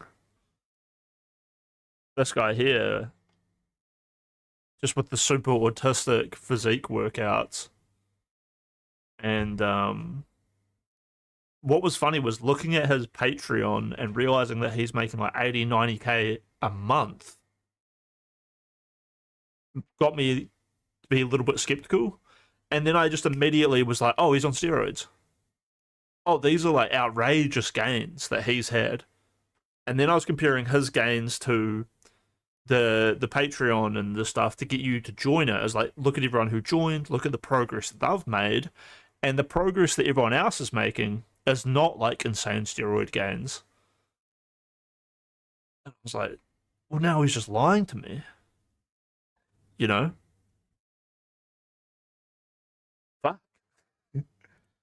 But I mean, it makes sense. Like, look at this outrageous body. Like, it is like wow, and it is like super niche specific training, which then maybe opens you up to the idea of like, oh, well, that's how you get a body like that. But it's like, no, it's not that special. It is niche to train like your thumbs and your forearms and your wrists to like grow bigger wrists. But he's just getting a band and tying some weights to it and doing these and then being like very specific about it. He's like, hey, like just don't do too much range of motion. You know, the main thing is to not injure yourself. To stay consistent, yada, yada, yada. Which is super helpful. Have someone really gently guide you like that through your workouts. But, you know, that keeps you consistent and it stops you from getting injured and stops you from giving reasons to stop. You know, when you have someone who's experienced helping you out, it's really helpful. But, like, steroids. He's doing steroids. And he's lying about it. Means he's maybe lying about like the gains that you can make, because you can see none of his followers actually make the same gains that he does, which is great. It makes him look like the sensei. But he lies about like getting girls maybe as well. He talks about having so many women coming for him. Might be partly true, maybe not. Who knows? I don't know. It's sort of blackpilling. And with that HS Tiki-Toki guy and all of that, I get it that it's like super sad that like a lot of them might have bad relationships with their parents or whatever. Like a lot of these young men, like, oh, my brother killed myself and I was having a hard time and then I'm getting into this and that and now I'm feeling a little bit better. And I was like, it's great that HS Tiki-Toki is helping you out with that. It's probably, it just flat out is a good thing. But it does get a little bit funny when it's like, well, now you want to go beat up gay people. That's funny. And as opposed to like worrying about your brother killing himself or getting over it, you're more at a level of like, oh, I don't believe in depression. And it's like, well, that's kind of not very validating for your brother. I had a mental break and went to hospital for a few days. That makes sense. That makes sense. When did you were you there yesterday, Action Band, when you came in to talk to me in chat, or you posted a few messages and then you left, but what did you they were like, it was just like you were like, track everything. What was I talking, was I playing this game again? I was like Action Band, I'm playing a game that I've never played before. Woohoo! Because I beat Mugenics. Do you want to talk to me off stream, Action Band, after I'm done today? Which shouldn't be like too long. Me and Two Legs are just hanging out a little bit. Mom Day, I tried to Wednesday. Mom Day to Wednesday. Tried to hang myself, ambulance. I had a line on my neck. Oh, yeah. Oh, yeah, yeah. Should I ask about it, or should I ask for more details, or do you just want to tell me that it happened? Or didn't happen? Gary's Mod 5 is a fighting hack and slash game where you play as a single. Don't kill yourself, Action Band. Don't kill yourself. Recently, Action Band, that loser Pickle from actually just yesterday or the day before or something. Pickle was making fun of me for trying to kill myself over Rhea, and I was like, I didn't like respond. Obviously, this is just like a shit stirring like complete loser who's fucked with me for like years at this point. But you know, obviously, it gets me thinking about the same thing. Like, I didn't kill myself or want to kill myself for Rhea. She lied about killing herself for me, right? And it's just it's just you probably are a little bit insane. But you just need to get your head out of the gutter. Or not that your head's in the gutter, it's probably partly like in a reasonable thing to be thinking about. But you know, those thoughts end up just like taking you over. And then your whole world feels like caved in by it. But instead of getting away from that by killing yourself, you should get away from it by going for a big walk for like 3 hours. That's what I did yesterday, and then I had a good sleep. Yeah, Pickle needs to grow up. I just called him by his real name. I was like, Dylan, you're just a shit stirrer. You lied to all of your friends to come after me. You're attacking me now after I haven't been here for a year. You know? You're a Kiwi farmer who lies about it. You posted Kelly Jean's medical documents and her past boyfriends to do with her sexual assault for months. Be delightful and to fit in. You're a fucking loser. But thanks for your critique that I'm mentally unwell. But you know, like I don't like it that you're lying. Isn't Pickle a mod? Nah, I don't think Pickle was a mod. Pickle was a friend of Wolfgang, who was like the head administrator, and so Pickle had like special roles for that. So those people are kind of the place is very it's like a fascist place, you know, ruled by like a little clique of people in the middle. So Pickle was like in that inner circle, but not like directly because of Justical, but because of Justical's like headman. So there's like multiple sort of little cliques and circles, and some people even in the inner clique like hated on Pickle because he was a shit stirrer. But then other ones of those people were like really bad at reading people's characters, which is sort of why he's like let in there.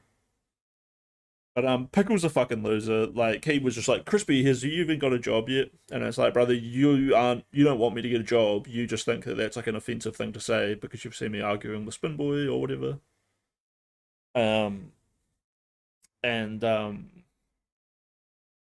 The fact of the matter is, like, Pickle seems to have like never had a job. I can't imagine him doing it recently, and we have heard from him that he used to like serve in the military or something, which like might be like great. Maybe it was the Navy, but it's like, yeah, like that's all like, wow, you're really serving your country. But like that's just a place for a lot of people who have no goals of their own, right? No, I think I can't remember if I explained this to you, but like if my streaming goes well, then that would be like a better reason to upgrade my PC. But I ended up buying some more weightlifting stuff, and I did buy a green screen as well. So the green screen would go towards making like better YouTube content. I don't really have any. It might have been a bit of an impulse buy. But yeah, I'm definitely getting strong. Woke up today with, you know, the DOMs in the back and the legs. And definitely feel my body growing.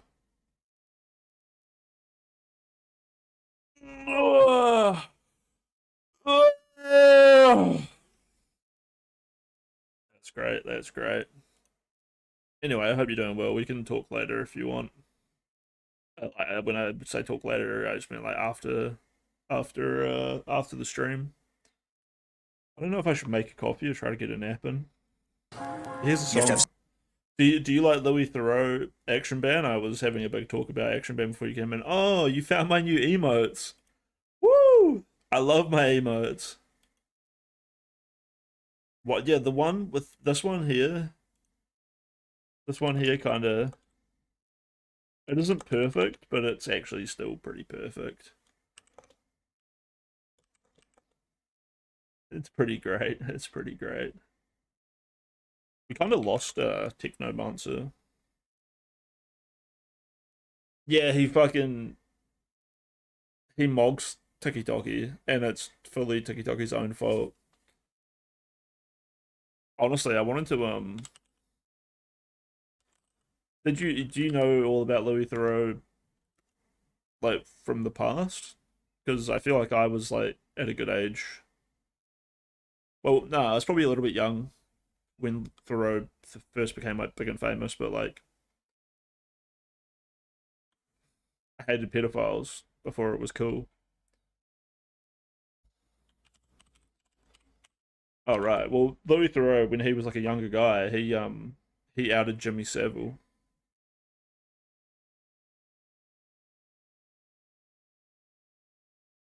H's Tikitoki's issues direct response. Oh, he's mad. He's mad.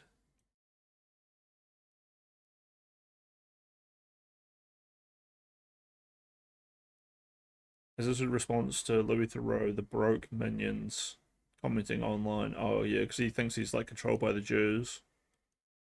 He just thinks that Louis is like a pedo with Thoreau. He just has no clue that like, and he just thought that after like a day or two, like a day of hanging out with him, it went really well, and then H Tikitoki's fan base like drove him crazy and like made him paranoid.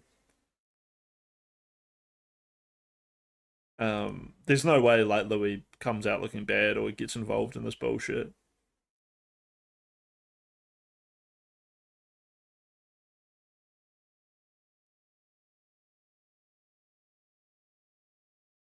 But like, I recommend watching the video. You'll love it because it's all those like gay people who pretend to be tough men getting called out by like just a a down to earth intellectual like great guy. H's Tikitoki went to a private school. Man, it doesn't seem like it. He seems like a dumb motherfucker.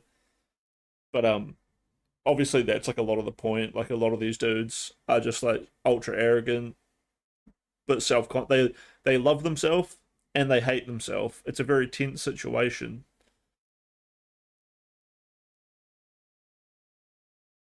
And it's not that they ever worked hard to get anything. It was just that they were never like held back in any way to like continue just to be shitter and make more money, right?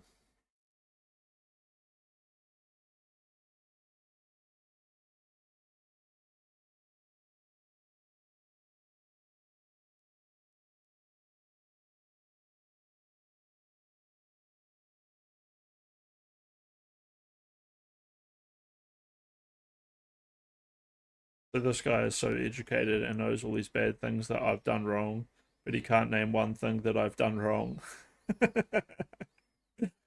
Look, dude, he just asked you about like why you don't do good things.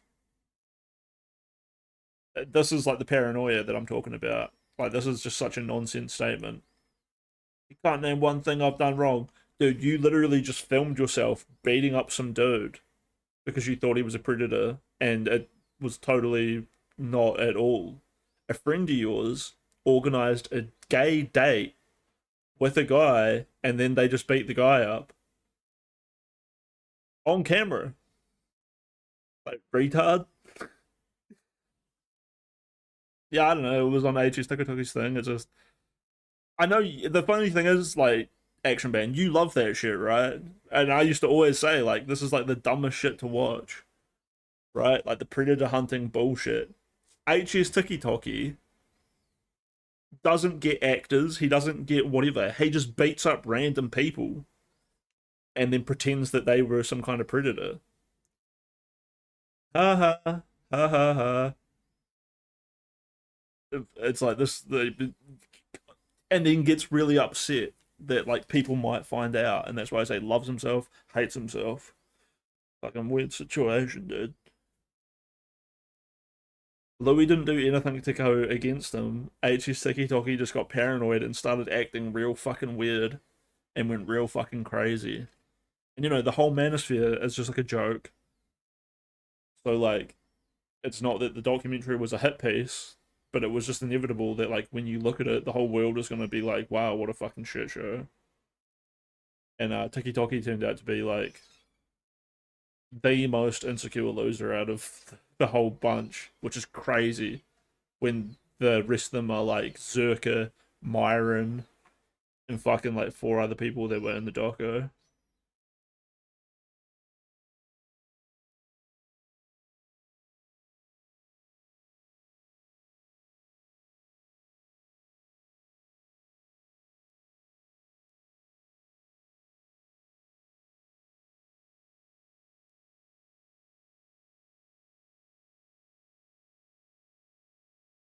It's pretty funny seeing Tikitoki's mum bully him as well. him and his mum having this like weird relationship.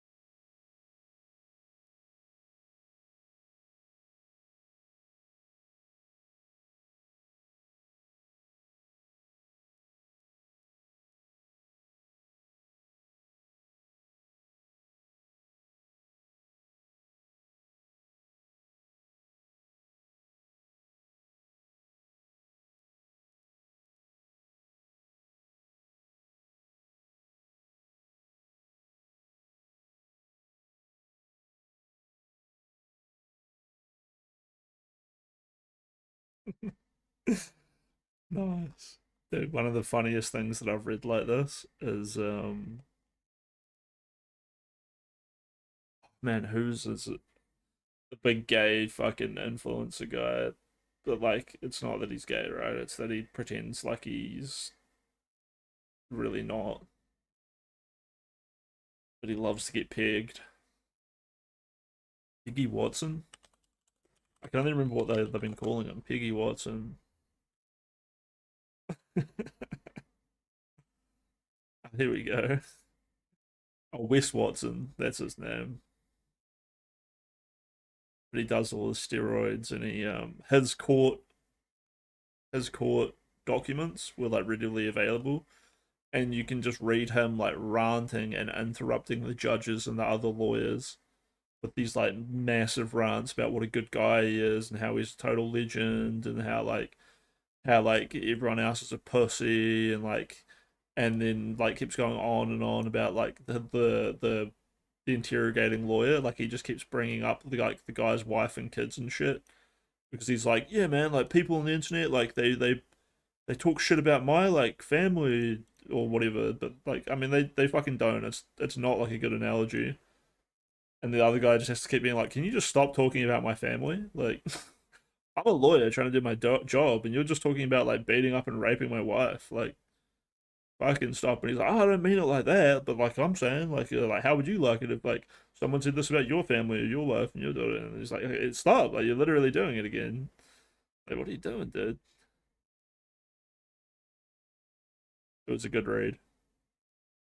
If you guys didn't read I mean, maybe you couldn't because it was too small on your screen, which would be my fault.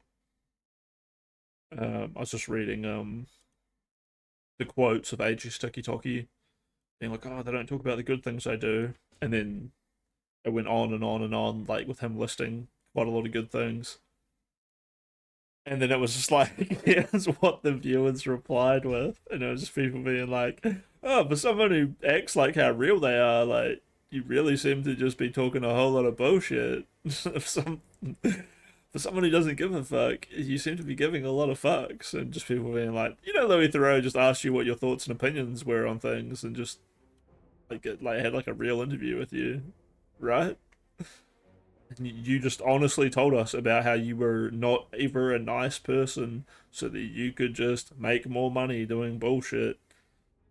and now you're so embarrassed that you went ahead and told everyone about all of the terrible things that you've done, that now you're just angry at other people and want to brag about your own good, like, made up deeds. Like, come on, man. Chill the fuck out.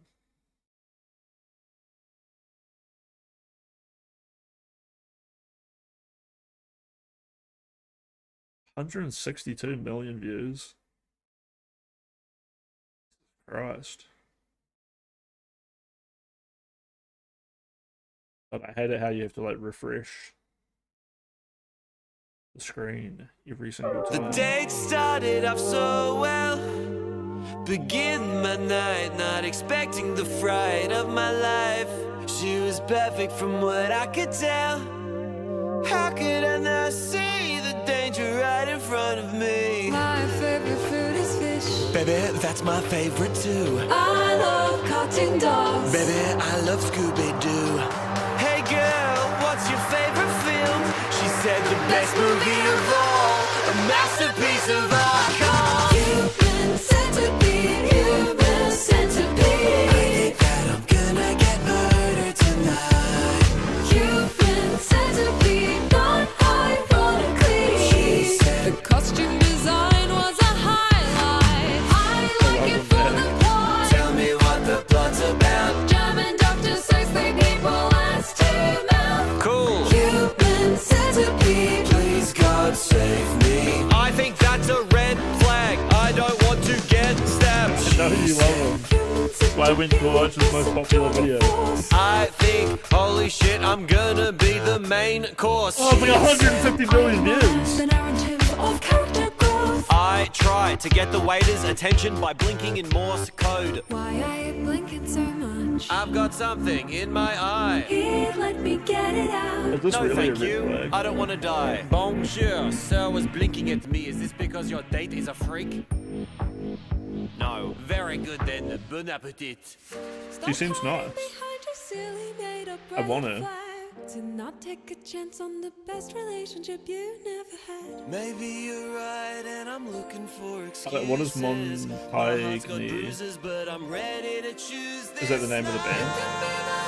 Oh yeah, featuring. Yeah, true. What is that? Is that just another band? Okay. Oh, the girl.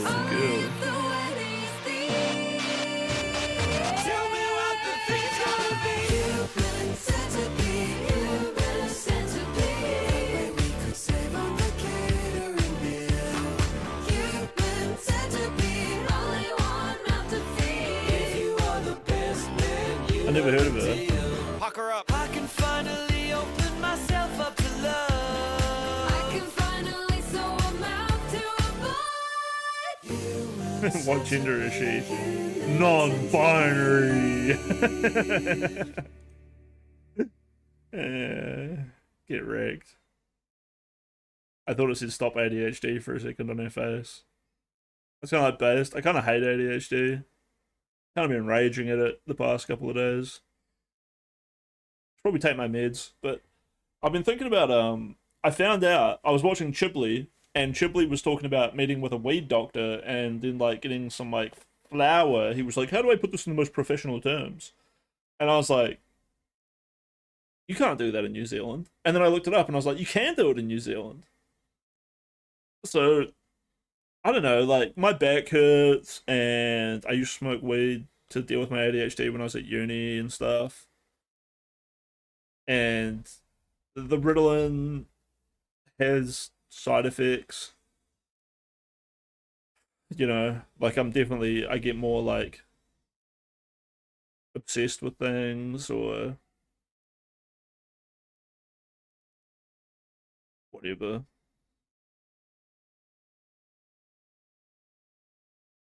I'm gonna head up the weed doctor. Can I try doing some high grade? Regardless, though, it's gonna be a fun life experience. I love weed. I don't smoke it because I don't bother going to go find it. I don't think it's cheap. Weed is pretty bad though for ADHD usually. I don't know. I wouldn't think of doing this. But when I was like the reason Shibley did it was for like ADHD.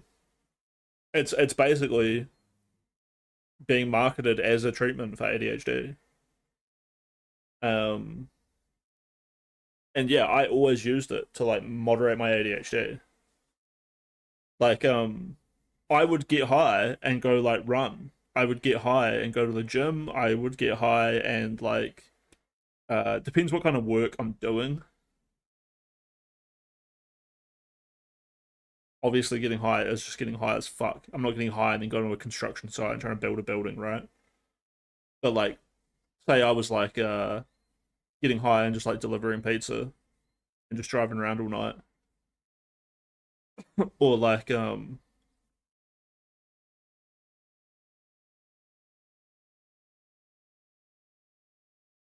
don't know. It's not like it's super productive. But on the other hand, I'm definitely not the kind of person to get high and do nothing. I'm really the kind of person to like get high and like do my dishes. So like 100% like ADHD like aiding things. And then you're like more relaxed because you're high, plus you're like you've cleaned up, you've like done everything that you should be doing. I don't know at this age though, like I might start eating too much or I might like doing all kinds of stuff. It'd be pretty fucking funny seeing me get high on stream.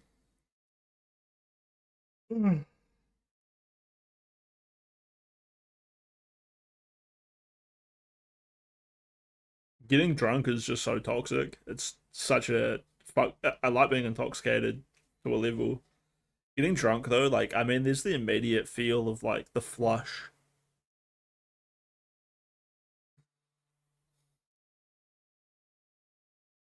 A lot of medications, true.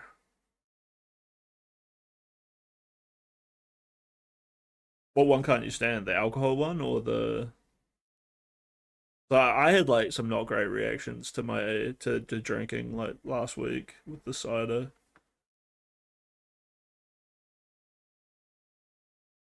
But regardless, the weed thing isn't cheap. It would just be sick to try it out in a legal fashion though.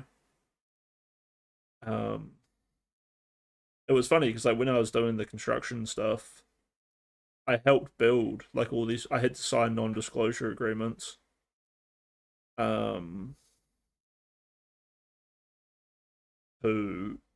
build these like laboratories and like grow operations up in the North Island. And I was sort of like, man, it sucks for that guy that it didn't get legalized, but I guess with like what's this thing that I found out about like recently,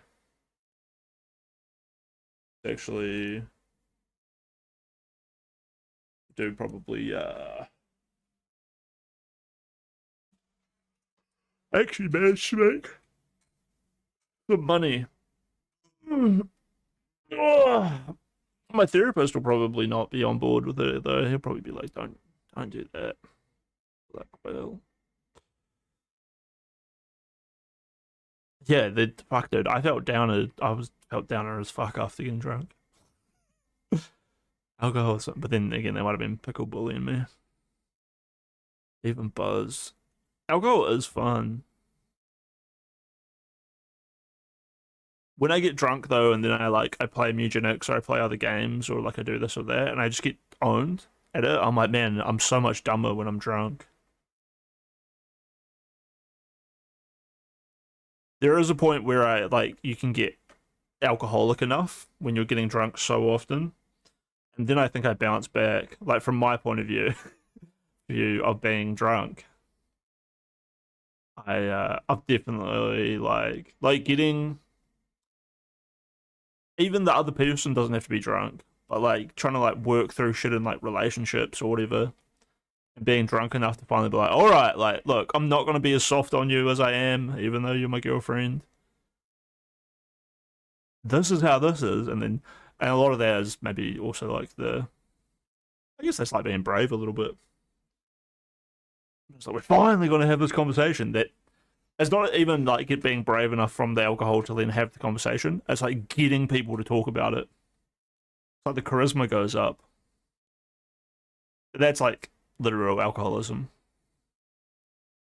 And to be fair, like I think I used to be like drink quite a lot and play Tarkov, and I don't think I like suddenly would click and have like a great run just because I was hammered. Probably not the same. Yeah, no, it's not. It's not. It's not legalized. I had no clue that people could actually just get flour for treatment though.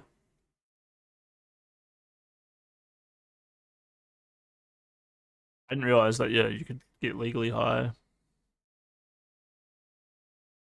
I mean, it's like if marijuana was getting legalized in New Zealand, it would have to be voted in. And I know it hasn't been voted in. So I'm not sure how we have these clinics here now, but maybe the law just like gradually like moved it in. Get buzzed almost every day. I mean, I think like a glass of whiskey a day isn't too terrible. I had friends in high school would have a few beers before class. Those were like pretty just like good kids though. They weren't like trying to do it because they were like rebellious.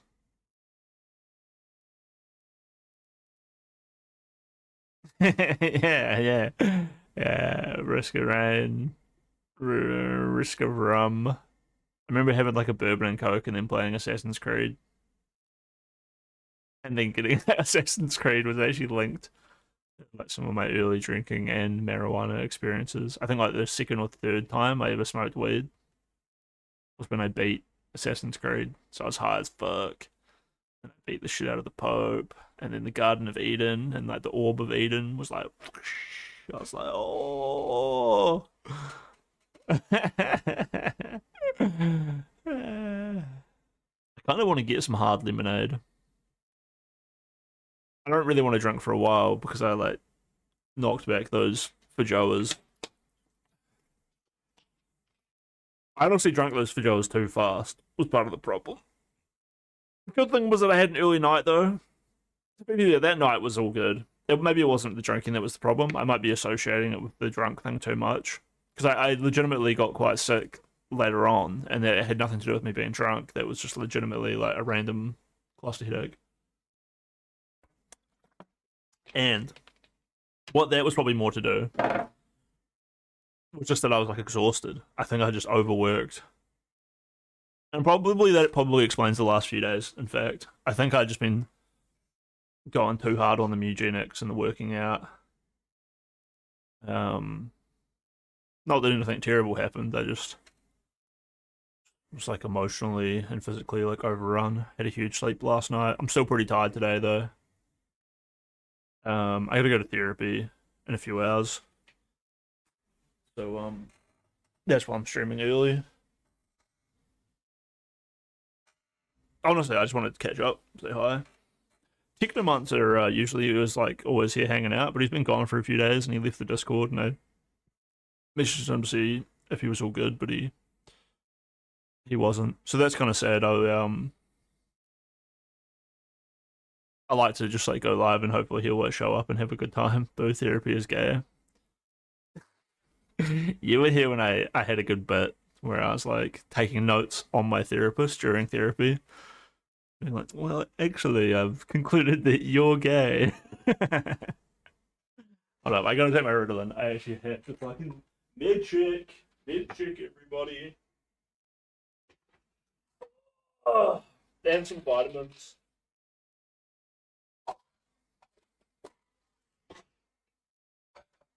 You know what else I'm gonna go do? Is get another haircut. It's all so expensive though. But I really have to do it. Let's get a haircut. The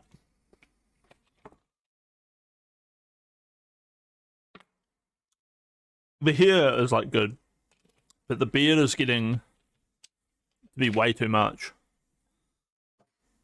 Because like I grew it out just so that, you know, we could work it like however it wants to be, but that's just getting to be a bit too much. Like we're getting,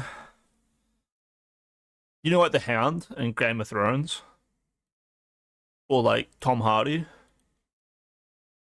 Tom Hardy beard. Now, to be fair, this might be like my style or whatever.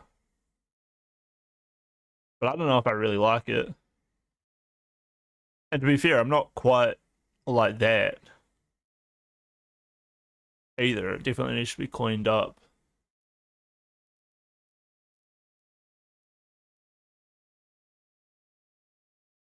But the other thing, and the reason I was saying why like I've let it grow out so much,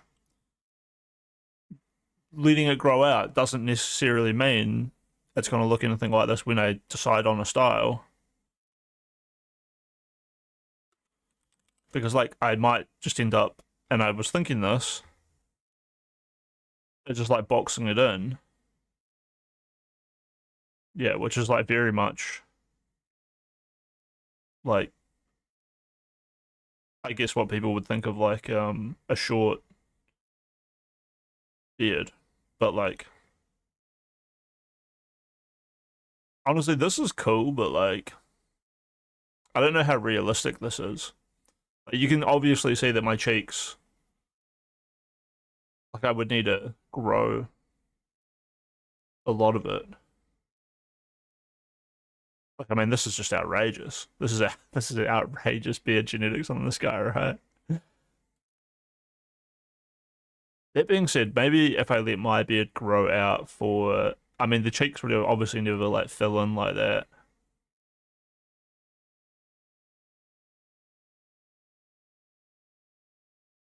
Dude, what a fucking ridiculous photo of this guy. Looks like AI. But yeah, with another few months, the beard sort of will straighten out, and you get these like sick waves. One of my really good photos has me in it with like probably one of my nicest beards I've ever had, and it's legitimately just me letting it grow for a few months like after this point. Let me see what you've been saying. Therapy is gay. Use a trimmer and do your neck line. Yeah, so I pulled it up here. I could maybe pull it up here a little bit more. Take some of this off. Take some of that off.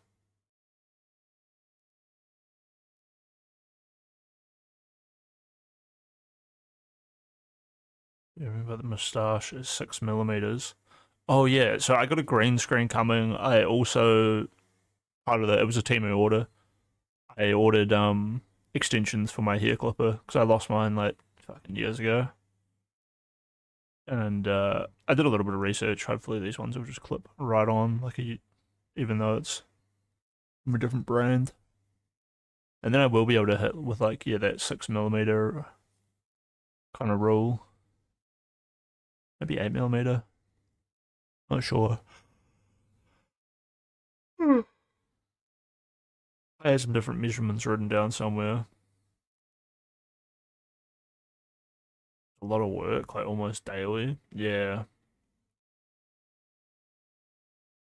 I was thinking about heading up the hairdresser, get a beard and top touch up, and then from that point on, just like working off of that myself.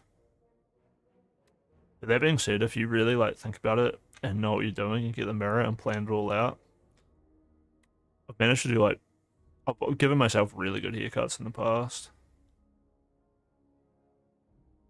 I mean, I remember it took like an hour and a half or something to like cut my own hair. It's brutal. Very brutal. And yeah, maybe you're right. It's a lot of work, almost daily. I often wonder about that. People like being clean shaven is so brutal. Very admirable being a smooth faced person. Gain 3 dexterity. It's kind of crazy. Have you played Slay the Spire 2 yet?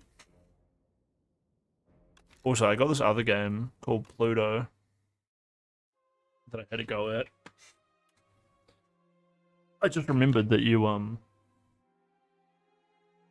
didn't you tell me once you went infinite in, the first Slay the Spire? I didn't even know if I knew you could go infinite when you told me that. I was like, what the fuck? I've almost done it before.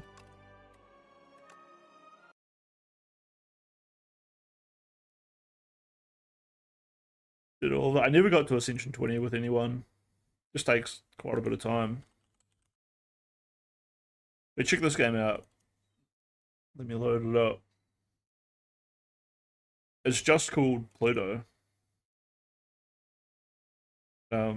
It's pretty sick.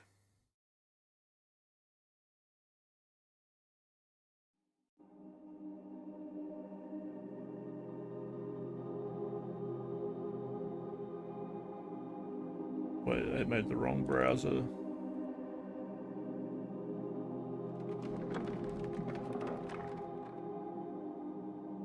If you stop, you have to relearn it. I mean, kind of. I didn't find it too hard. I guess when you get up to Ascension 20 and stuff, though, you really aren't making like any mistakes as such. You know, Northern Lions theory, or like one of his like main cues is that like, yeah, building like combos between your cards is nice, but you know what's really nice? Just having good cards in your deck. So he sort of just like takes bludgeon. But then again, like, you would never take bludgeon too early on if you don't have like the energy. Because like you will legitimately just die early, like, fuck. Dying in the first act just happens. Which is why it's such a fucking tight game.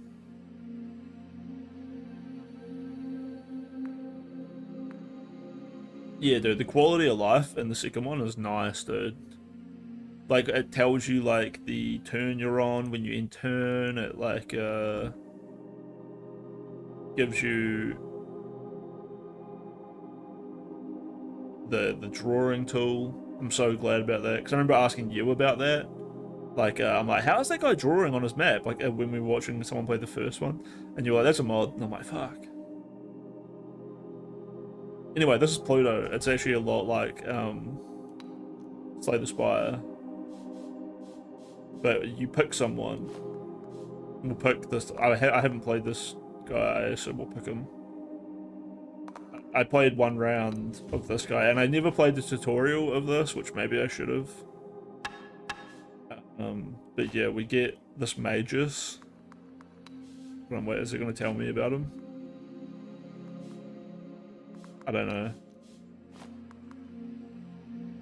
Spellpeen Brat, caster of many spells. Interweave recipes to cast big spells with the Magus. But he's got these big spells. This one's like rock, bone, rock. This one's fire. I don't know what to call the second thing, like sigil, fire, sigil, fire, sigil, fire. Gee, fuck, maybe we should just go back for the kid. It seems like a lot for me to play around with. Dude, not needing the map mod is sick. Okay, so this guy seems to just like always be with us. He's just like a shop.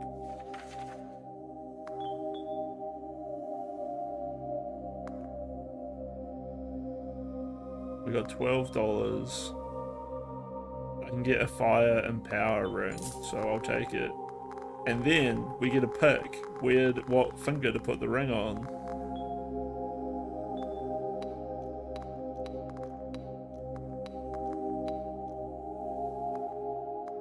And the fire ring works with fire spells, which we've got haste and flame blast.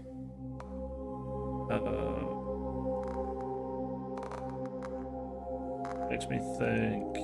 Put the ring on the second finger. You want to think about this as left to right. The enemies end up cursing your fingers, which starts on the right hand side and moves left. And your turn is done sequentially left to right, as far as I can stand. This will all make more sense in a second. Gain 2 heal at the start of each fight. I thought it, but I don't really care for it anyway. You are cordially invited to my birthday. I hope you can make it this year. Your niece. Your escape. Let me grab my hands. So I think the storyline seems to be that we're like stuck in a prison. I know you're of kind blood. I just know it. You look so. You know what this reminds me of a little bit is Faveldic You were a knower of Felvidic, weren't you?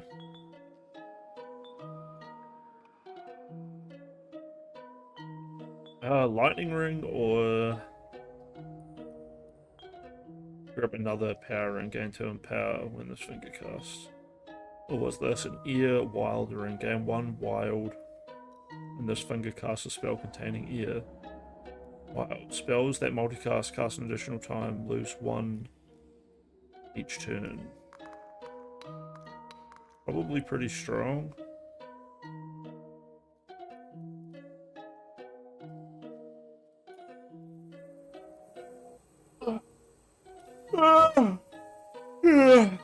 So I would put my Twister or my enchant on that ring, and then it would give me a wild boost, which would give me more multicasting. And exchange as a chant. Basically, cantrips are like regular cards, so these are little cantrips, and those get shuffled back into the deck. A chant will stay in your hand, and a ritual goes to the exile, like you use it once and it gets exiled. It actually literally says that it can be cast once per fight, exiles after casting. It's a lot to look at and understand. But obviously, once you play it for like an hour or two, your brain just like cloaks. Chatting with a coworker? What the fuck? What the fuck? Disengage from your real life. I was explaining this game. It's a lot like Slay the Spire, but like, you're a wizard.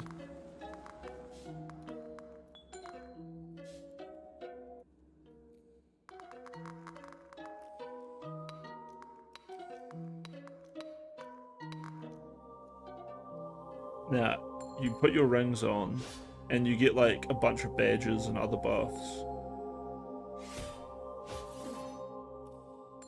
Last time I went find gold, this time let's learn a new spell. I'll take Berserk, I think, because it will add to that lightning ring that I just got. The Boulder, 10 block, 1 channel, and channel is drawing a spell, can be cast once per fight. But nah, let's take another Berserk cantrip. Do I know which? I'm guessing like the gold border probably means these ones are like better.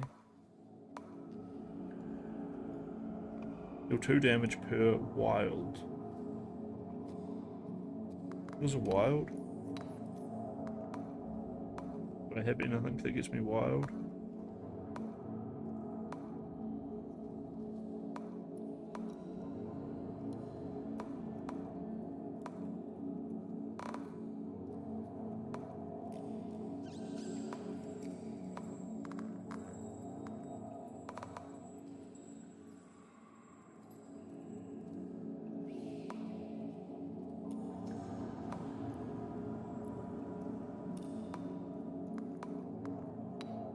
Take it anyway, even though it'll clog my deck. Wonder...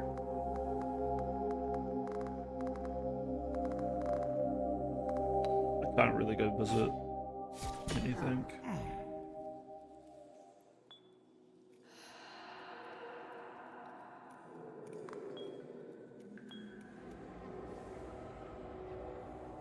And 1 power for every 12 spells cast. Oh, yeah, true. Power is really powerful, it's basically like strength. Let's Slay the Spire. Okay, and then you click on a spell, and then you click where you want it to start.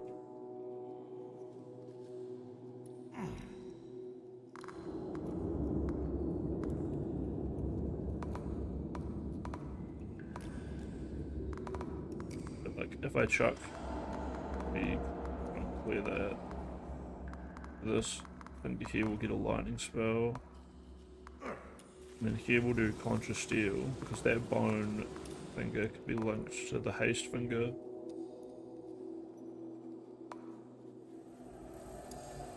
gain 7 armor, gain 2 7. Although this is a ritual, so it'll be gone, and I don't think... Here you can see like block 16. This is literally, if we clear off the spell, right, it goes down.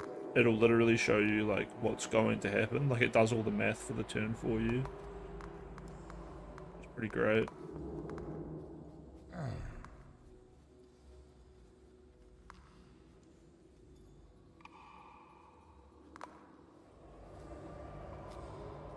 Deal 2 damage per wild. I don't have any...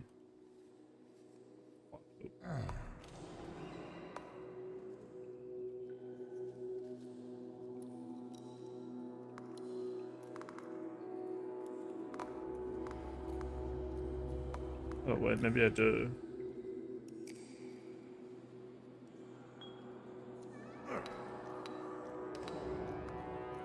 I don't know. It's doing damage. Oh wait, it's because of the rank.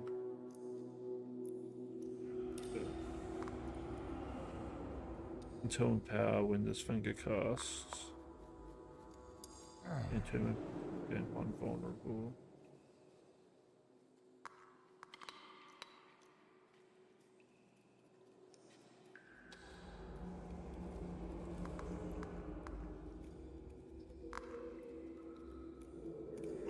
Power, blocking, great.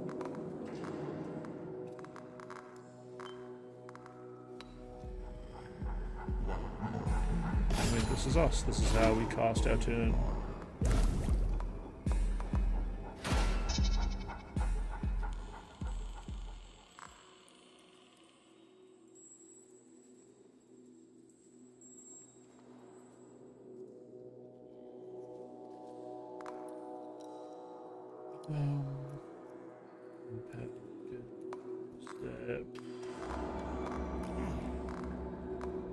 Even though the boost is going after the zap, I think I have 1 momentum, so it'll get carried over to next turn.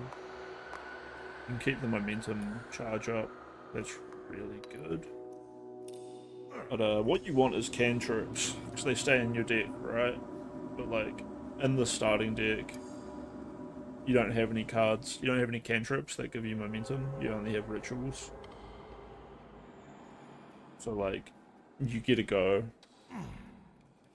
You get like you get a few turns of momentum and then it's just gone forever. Anyway, this guy's gonna hit me for 14. But 3, 6, 9, 12, 14. Looks like I have like perfectly enough block without having to cast anything. Conjure Steel is pretty great though.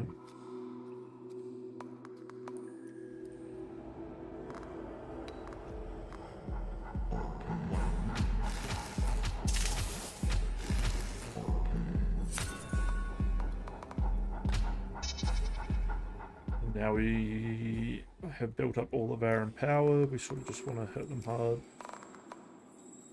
I don't think I really have anything like that though. If we'd got Twister first turn, we could have rotated this guy out, the guy behind him.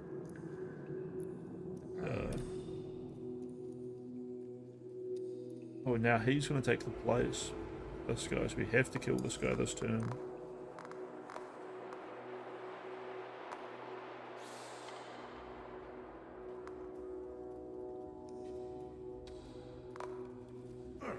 Although I can rotate him immediately afterwards. And he won't be able to do shit.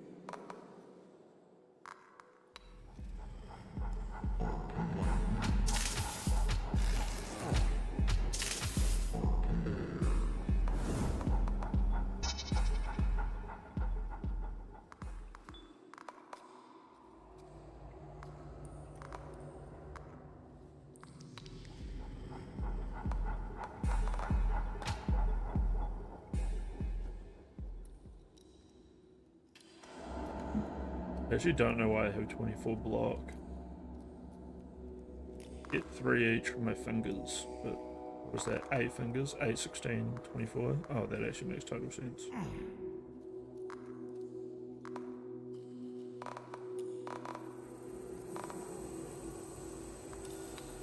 should just kill him. Oh, I didn't do the math.